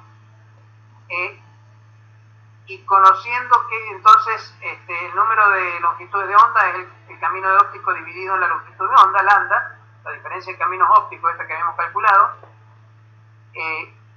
entonces reemplazamos esa diferencia de caminos ópticos por esta fórmula Y acá aparece entonces una formulita que da la diferencia de fase y que contiene la velocidad v, que es la velocidad de movimiento de la Tierra del laboratorio respecto al éter. Entonces, a partir de ahí pueden despejar la velocidad v. Para eso, entonces, tienen que encontrar cuánto vale el desfasaje, delta phi, tienen que medirlo. Eso lo midieron, como les digo, contando los números de onda. Conociendo el desfasaje, conociendo la longitud de onda que usaban y conociendo la distancia entre los espejos, que es d, o sea, el largo de los caminos del aparato, la velocidad de la luz la conocen, podían calcular la velocidad de movimiento de la Tierra respecto al éter. Bueno, ellos esperaban encontrar con los datos que tenían, longitud d de los caminos, de los brazos, 10 metros. Como les digo, el aparato era más chico, pero con reflexiones múltiples ellos llegaron a suponer que tenían 10 metros de distancia en los brazos, de largo de los brazos. Usaron luz amarilla, que es la más sensible al ojo. Entonces conocían lambda, conocían d, la velocidad de la luz la tomaron y supusieron que la velocidad v, esta, de la Tierra respecto al éter, era de unos 30 kilómetros por segundo, que es la velocidad de movimiento de la Tierra alrededor del Sol. Con eso, haciendo esta cuenta, les tenía que decir cuál era la diferencia de fase que tenían que observar. O sea, cuántas luz y oscuridad tenían que ver al girar 90 grados el aparato. Cuántas veces tenían que ver pasar luz y oscuridad. La sorpresa, o sea, les dio que ese desfasaje tenía que valer más o menos 2,3, o sea, tenía que ser unos 130 grados, ¿no? Y bueno, implicaba cierto número de pasos de rayas de interferencia en el visor del aparato. Bueno, ¿cuál fue la sorpresa que se encontraron? Que no había diferencia de fase. Es decir, la luz es como si esta V fuera cero, como si la Tierra estuviera en reposo respecto al éter. Entonces Michelson y Morley dijeron, acá hemos tenido mala suerte. Hemos hecho el experimento justo un día en que la Tierra estaba en reposo respecto al éter. Entonces, esperemos 6 meses, cuando la Tierra se mueve al otro lado de su órbita para el otro lado, entonces la velocidad que va a tener respecto al éter va a ser 60 kilómetros por segundo, porque si la Tierra se mueve en su órbita 30 kilómetros por segundo y ahora está en reposo, cuando vaya para el otro lado, el éter se tiene que ver como moviéndose a 60 kilómetros por hora. Entonces lo hicieron 6 meses después para ver si encontraban 60 kilómetros por hora. ¿Cuál fue la sorpresa? Que de nuevo les dio que el desfasaje era cero. Es decir, la B les seguía dando cero. O sea, la Tierra seguía en reposo respecto al éter. ¿Qué es lo que quedaba por suponer? Que la Tierra llevaba pegado el medio universal de propagación de la luz. La pregunta es ¿por qué la Tierra y por qué no el Sol, que es un cuerpo más masivo, o algún otro planeta más importante de la Tierra? ¿Qué tiene de especial la Tierra en el universo para que el éter universal, el medio donde se propaga la luz, esté pegado a la Tierra? Obviamente no hay nada que pueda, ninguna razón para que eso ocurra. Entonces, esto fue una dificultad tremenda, porque esto mostró que había algún problema serio con la ley de suma de velocidades, que fue la que hemos usado para hacer todas estas cuentas. La suma de velocidades de Galileo, clásica, esa suma de vectores que hemos hecho, estas que hemos hecho acá, estos vectorcitos que hemos sumado acá, esa suma no debe funcionar. Entonces esto plantea un problema serio. Bueno, acá hay algunos problemitas para que ustedes resuelvan y se entretengan en resolver. Pero había entonces un problema. El éter necesariamente, según el experimento de Michelson-Morley,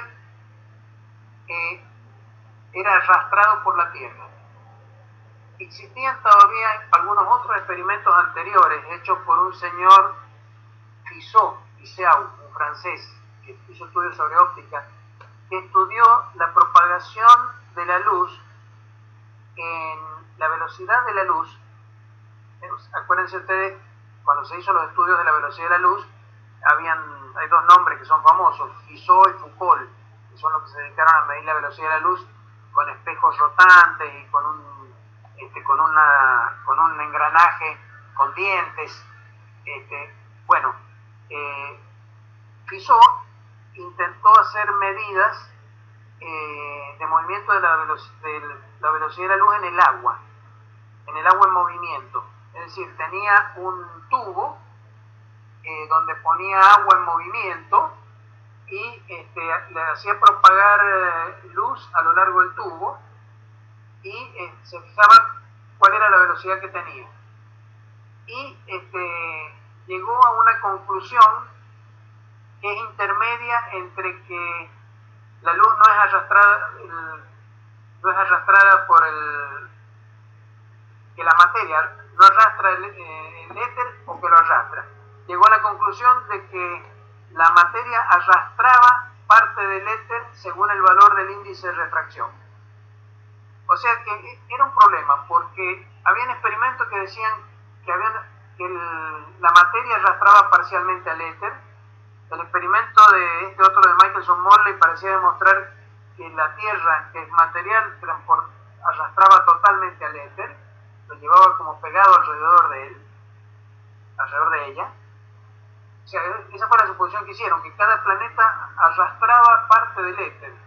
Una cosa extraña. Pero era un rompecabezas, no se podía resolver. La solución la trajo Einstein con un golpe genial, porque ustedes van a ver ahora qué simple es la teoría de la relatividad. Es simplísima. Dice dos cosas muy simples. Tiene dos postulados. Y es extraordinaria por la claridad que trae, cómo aclaró todo de un solo golpe y cómo eliminó la idea del éter. Hoy en día sabemos que la luz no propaga encima de ningún medio material, sino que propaga en el vacío directamente, y que, sabemos que los campos electromagnéticos propagan en el vacío. Eso no lo sabía Maxwell. Maxwell creía que existía el éter y que el éter era un medio mecánico. Tenía toda una teoría de vórtices que tenía para tratar de explicar cómo era posible que la luz fuera una onda transversal en el vacío. Inventó un medio mecánico, el éter, suponía que era un medio mecánico. Es muy interesante ver los dibujos originales de los trabajos originales de Maxwell, donde aparecen esos vórtices dibujados. Pero Einstein borró el éter de un solo saque. Había otra cosa que dice aberración estelar, estarán viendo ustedes. Este es un fenómeno astronómico que se conocía desde el año 1975 y que parecía provenir de la ley de suma de velocidades clásica. Parecía que la luz se sumaba como clásicamente. Es decir, en el movimiento de la Tierra, si teníamos una estrella en la dirección perpendicular al plano de la órbita de la Tierra, el plano de la órbita de la Tierra se llama plano de la eclíptica. Si entonces consideramos una estrella que está en la dirección perpendicular al plano de la eclíptica, su luz viene así como está dibujada acá, perpendicular al plano de la eclíptica. Pero como la Tierra se está moviendo sobre su órbita, en este caso hacia la derecha, la luz parece venir como inclinada. Entonces, para poder ver esa estrella, el telescopio no hay que dirigirlo perpendicularmente al plano de la eclíptica, sino que hay que formar un ángulo alfa. Ese ángulo alfa se calcula con la tangente de ese triángulo de vectores que está hecho ahí, donde aparece la velocidad de la Tierra en su órbita v y la velocidad de la luz c. Entonces, el ángulo alfa de aberración es este que está acá. Es decir, En este caso, por ejemplo, hay que inclinar el telescopio hacia la derecha. Cuando 6 meses después la Tierra está del otro lado, el telescopio hay que apuntarlo hacia la izquierda. Y es entonces que la estrella se mueve sobre en el cielo. Hay que el telescopio no hay que apuntarlo en la dirección perpendicular al plano, sino que hay que irlo haciendo variar durante el año su posición. Es como si la estrella dibujara en el cielo una imagen en miniatura de la órbita terrestre. Describe si la órbita terrestre fuera más elíptica, esa elipse aparecería descrita por la estrella E, vista con el telescopio. Es decir, habría que ir inclinando el telescopio en diferentes direcciones en diferentes momentos del año. Bueno, esto hacía aparecer disculpen un momento,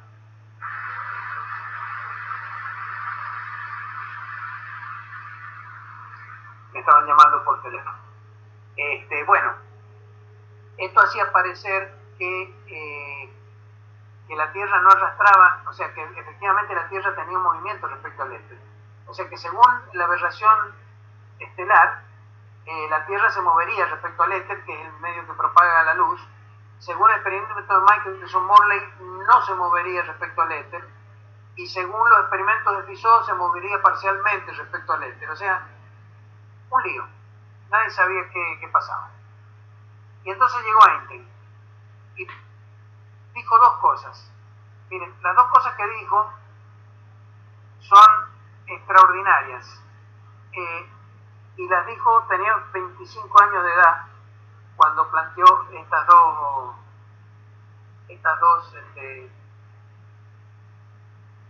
espérense un momentito que me están llamando. Lo voy a volver.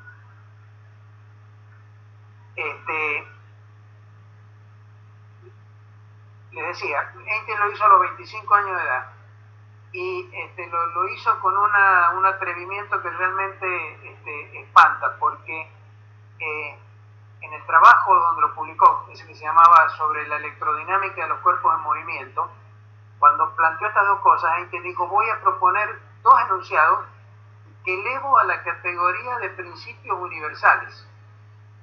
Hay que ser muy gallo para decir eso a los 25 años de edad, porque esas dos cosas que estaba diciendo iban a no destruir la mecánica newtoniana, pero la iban a sacudir de una manera tremenda.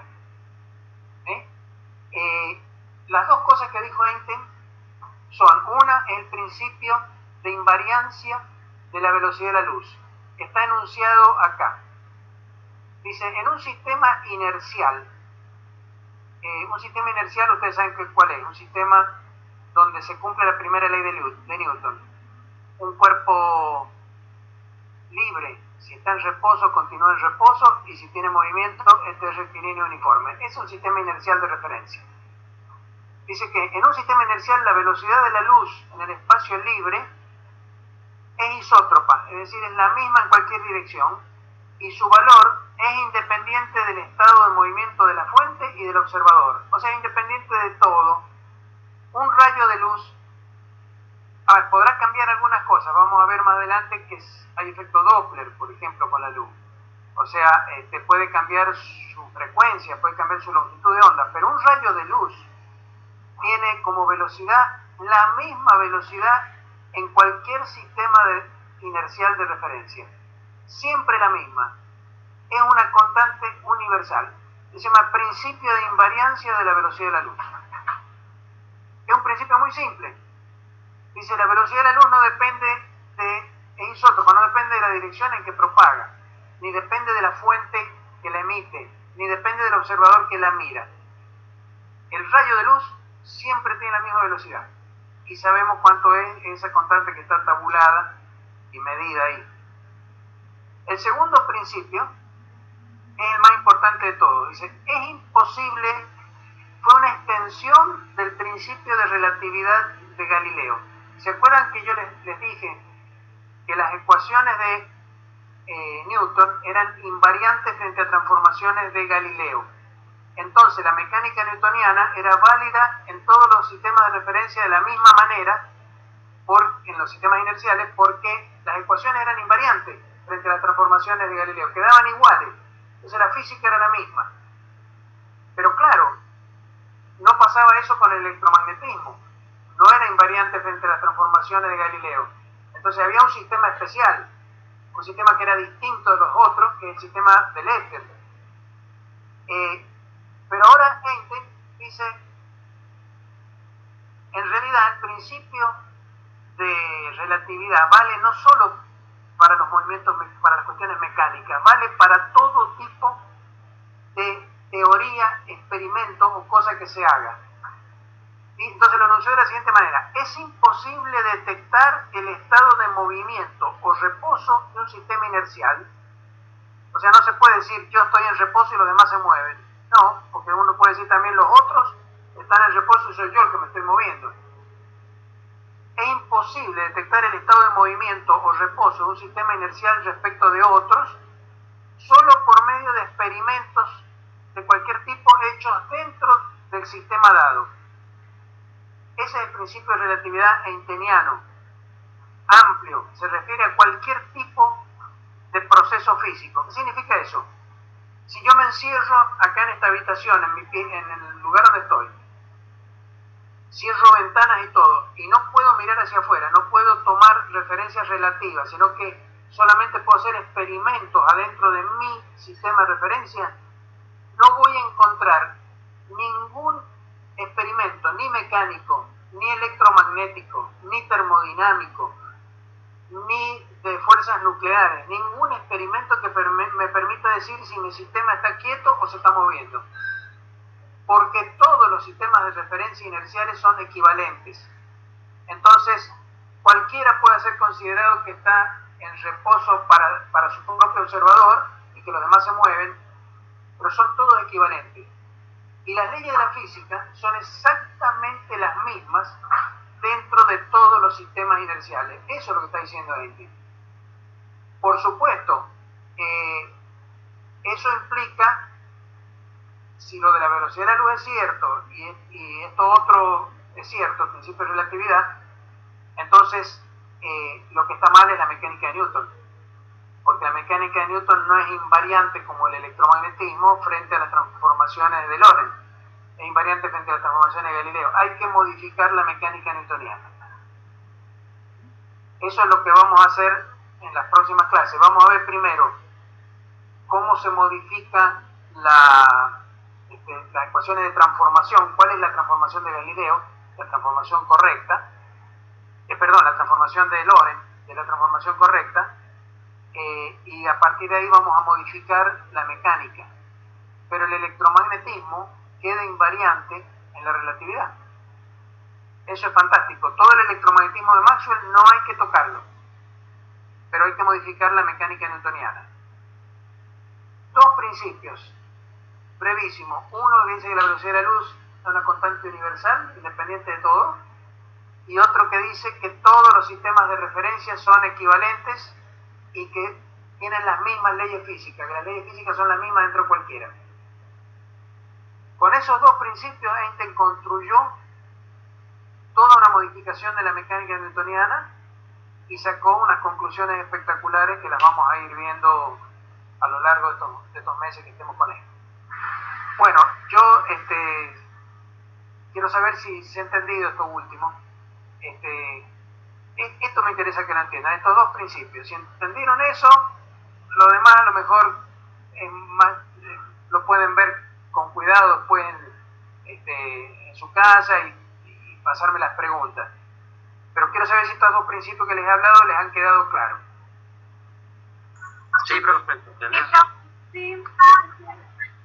Bueno, si no, entonces, objeciones. ¿Alguno tiene alguna pregunta que quiera hacer?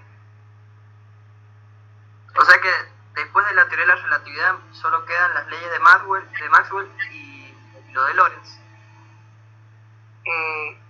Sí, quedan las transformaciones de Lorentz, las ecuaciones de Maxwell intactas y la mecánica modificada, la mecánica relativista. lo que vamos a ver, Juan Pablo, es que la razón por la cual seguimos enseñando mecánica newtoniana en las escuelas es porque a bajas velocidades, cuando las velocidades se consideran tan pequeñitas con respecto a la de la luz, que la velocidad de la luz es prácticamente infinita, es como si las interacciones propagaran con velocidad infinita y entonces las ecuaciones de Einstein, tomadas en el límite en que la velocidad de la luz tiende a infinito, reproducen las ecuaciones de Newton. La teoría newtoniana, la mecánica newtoniana, es el caso límite de la mecánica relativista para bajas velocidades. Por eso, a nadie se le ocurriría estudiar el funcionamiento de un automóvil con la mecánica relativista, porque la mecánica newtoniana es mucho más sencilla y mucho más intuitiva.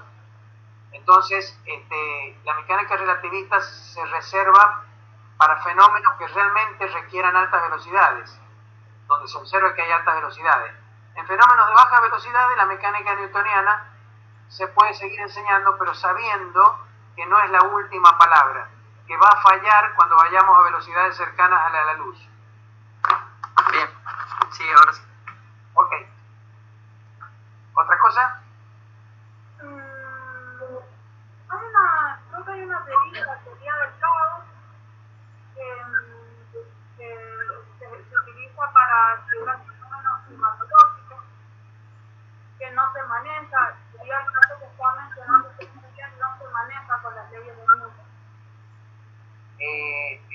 Elizabeth, la teoría del caos no es estrictamente una teoría física, es una teoría matemática que se puede aplicar en diferentes, se aplican modelos matemáticos que se usan en mecánica, en el caso de la física, pero también se pueden utilizar en economía, por ejemplo. Hay sistemas que se supone que son caóticos, se pueden utilizar en fenómenos químicos, en fenómenos biológicos. La teoría del caos es una teoría matemática que se refiere a modelos matemáticos y que se puede usar, normalmente hay muy poco hecho en mecánica relativista sobre eso, pero se aplica mucho a la mecánica newtoniana, la teoría del caos. De manera que es una cosa que nosotros no vamos a ver durante el curso. La teoría del caos tiene que ver con la solución de ecuaciones que son no lineales. En esos casos, las soluciones no solamente que son soluciones raras, sino que además tienen una propiedad muy extraña. Si ustedes en esas ecuaciones, al resolverlas numéricamente, cambian un poquitito, muy chiquitito, las condiciones iniciales, los resultados finales son tremendamente distintos. Se conoce con el nombre de efecto mariposa, es el nombre que tiene. Porque alguien dijo alguna vez, si una mariposa mueve las alas en Pekín, en una semana se produce una tormenta tremenda en Estados Unidos.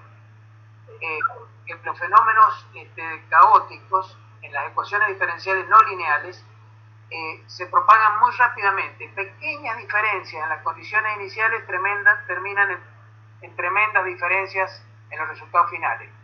Pero eso ocurre en la mecánica newtoniana, ocurre en procesos biológicos, ocurre en todo tipo, en procesos económicos, procesos sociales, en todo lugar donde uno haga un modelo matemático con ecuaciones diferenciales no lineales, es altamente probable de que se termine con un sistema con caos.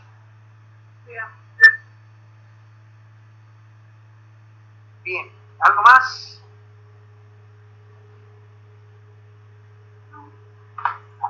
Bueno, nos vemos el martes, o si tienen alguna pregunta que hacer, contáctense por mail. Yo todos los días abro el mail, así que ahí encontraré las cosas que quieran preguntar, o eventualmente nos ponemos en contacto. Muy bien, profe.